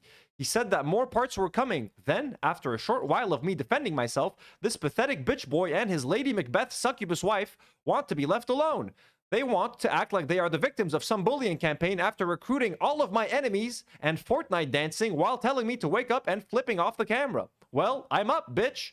Now you want to go to sleep? What's wrong, you sleepy bitch? Don't worry, I'll tuck you in. Go to sleep, Ian. It's time to go to sleep. Also, you shit your pants and your breath is wretched. Don't forget, guys, this guy is 40 years old with 3 children, and he spends his day posting things like that on Instagram. Like, can you imagine what other people his age that follow him or like that have been in business with him think when they see that? Like, does you think this makes you look like a stable person, constantly fighting with people and with your family and your brother-in-law on Instagram stories and accusing people of shit like all the time? Like, Merif, you're disgusting, bro. Like, Niswain and Fudden, like, just constantly gossiping and like talking about like personal shit and like, Khalas, be a man, bro. Like, fucking man up and be a fucking man. Go raise your family. Like, Anjet, this is disgusting, kind of. Hey, the fuck. So, stupid as fuck. And then Kyle Kalinske, friend of the show, who has reacted to footage of this podcast host and husband of Crystal Ball, who we also love, was asked about Ethan or something. That's what he had to say. He said this. Let's just watch it real quick. And then we're done, folks. Then we're done. And yeah, he said Lady Macbeth. Again, with all of the sexist shit, he's constantly calling her succubus and OnlyFans and just whatever you want. Oh, Fart Twain. Oh, shit. Friend of the show, Fart Twain. Look at that. Can you see that? Oh, let me move myself. Guys, Fart Twain, who watches our show and who sends us super chats all the time, he sent this question. That's fucking crazy. Fart Twain, if you ever see this, shout out. So Fart Twain sent $10 to Kyle Kalinske and this other guy and asked them, have you ever thought about making a video criticizing Ethan Klein's Hasbara? I think he's dangerous because he spits pro-Israel propaganda to an apolitical audience while claiming to be pro-Palestine. Let's see what they had to say. Have you ever thought about making a video criticizing Ethan Klein's Hasbara? I think he's dangerous because he spits pro-Israel propaganda to an apolitical audience while claiming to be pro-Palestine. No, I think Ethan is pretty well handled by by Hassan and by the 48 other people who've pummeled him into the ground. Yeah, I think. Hell yeah, he's talking about us, baby. We've got him under control. Fart Twain, what do you want Kyle to get involved? We got it down. No, I'm kidding. I would love to hear Kyle talk about it. That guy's done a number to his reputation. I mean, his show basically like imploded in terms of his numbers. You know what I'm saying? Like, he used to be one of the biggest YouTubers, and now he just sort of hit a brick wall.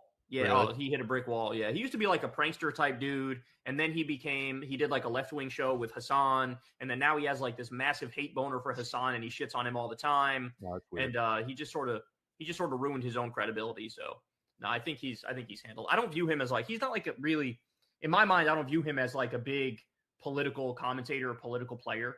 He was like a dude who stumbled on politics in a sense, but like, I don't know, his credibility's already shot. So I never really thought about that. Have you ever Maki, I'm going to feed you soon. So that's what very, very,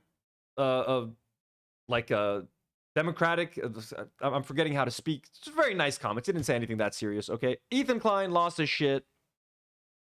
Yes, Hassan dismantled me with poignant takes such as Israelis should move back to Brooklyn and Iraqi Jews should move back to Iraq. Is Kyle also 10 toes down for the Houthis? Or maybe he's referring to Noah Samson's call to escalate against propagandists like me in real life. Or Mike from PA suggesting someone make me bleed from the mouth. That's not what he fucking said. Or Bana Panada lying to get CPS called on my children. Or someone sending human skulls to my house with 3 kids. Again, this is a 40-year-old man constantly ranting on his Instagram stories, embarrassing himself in front of everyone, bro. Like, what an embarrassing man. It's a lot easier to handwave any Jewish voice you don't like by calling them Hasbara, which is a special word for Jewish propaganda. No one else gets a special word for propaganda. Yeah, because Israeli propaganda kills lives on a daily fucking basis, you Zionist fucking freak. I don't even know why I talked about him at the end. We're having such a fun time. Beyond that, did he even say one thing that is true? Dude clearly has no clue about me, so why speak so confidently? Is that how he also discusses politics? It's very sad what defending Hassan does to a motherfucker. Okay, anyways, I'm not even going to comment on this. Fuck you, Ethan. And we're done with the episode, folks. That was it. I hope you enjoyed us breaking down Lebanese racism and Islamophobia. We had a good time with you guys. I mean, hard stuff to talk about, but I think it's necessary to kind of reckon with this stuff. And I'd like to call it out. And an apology to the 2 ladies that were here, if this ever makes it to you guys somehow. We're very sorry that you had such a shitty time here in Lebanon. You experienced such fun, from the rock throwing to not letting you swim to the waiters being assholes to being interrogated to someone following you and calling you disgusting bitches. Like, I don't even know what to say. Like, that is mortifying. That is so embarrassing. Horrific. And I'm so sorry that you guys went through that. And with that said, let me just take a second to thank some of our lovely patrons that have supported us. And if you guys want to support us on Patreon, boom, you can do so right here on this link.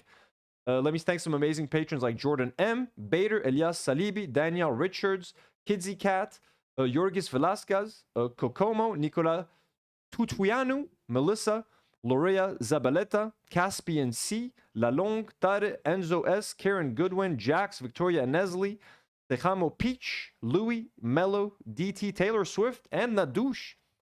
And if you guys would like to support us via YouTube memberships, you can do so. Thank you to everyone who very generously was donating today and was in the live chat. People like Haley D, CH, Nogzolato. Oh, Nogzolato sent $2 and says Hunter Schafer ghosts her POC friends. Check FOMOI. Really? Well, Karine can't check FOMOI because she's been banned. I'm banned for life. She's been banned from FOMOI, but really? For calling Leonardo DiCaprio gay, yeah. Apparently, Hunter Schafer ghosts her POC friends, so apparently she's a piece of shit. Apparently she does. See, I would have known that if I wasn't banned. And Haley D just gifts another 5 Do Not Worry memberships. Always, you know. Can I shout out my Discord buddies? Of course. Shout out to Dreadful Utopia, Haley D, Alex, Seaghost, who else? Hat Guy. We have so much fun on Discord, guys. Join our Discord. We have so much fun. I talk about all the men and women that I love, and we will play Wordle. Is the Discord still popping? It's popping. It's popping. All right, awesome. Popping as fuck. We talk about DILFs. I don't have time to use Discord, folks. I need to pop in from time to time. Thank you to everybody who spent time today, who's been here, who's been supporting us. All the seriously, you guys are fucking amazing. Gaming stream. I'm gonna try to do. I'm out of data. Literally, like my phone is out of data. I'll get data on the 9th in like a day, so I might not have enough data to do gaming stream tomorrow. I'm gonna try. I really wanted to. This undocked data. How much do you have? I have left? like maybe 3 gigs left right now. Let me see. Also, obviously, shout out Marina. You're everywhere. I love you. And CH, Chris. Love you guys. I have about 5.5 gigs left for tomorrow, and if I'm gonna do a 3-hour stream, I need at least 9 to 10 gigs. So I might have time to do an hour and a half. Maybe I can play for an hour tomorrow. We'll see. And Dinjafer. I don't know how to say your name, but we're also so active. I have so many. I love all of you. And Nola Magnolia just gifted another 5 DNW memberships. You guys, I'm gonna stop the stream so you guys stop donating. Thank you all so much.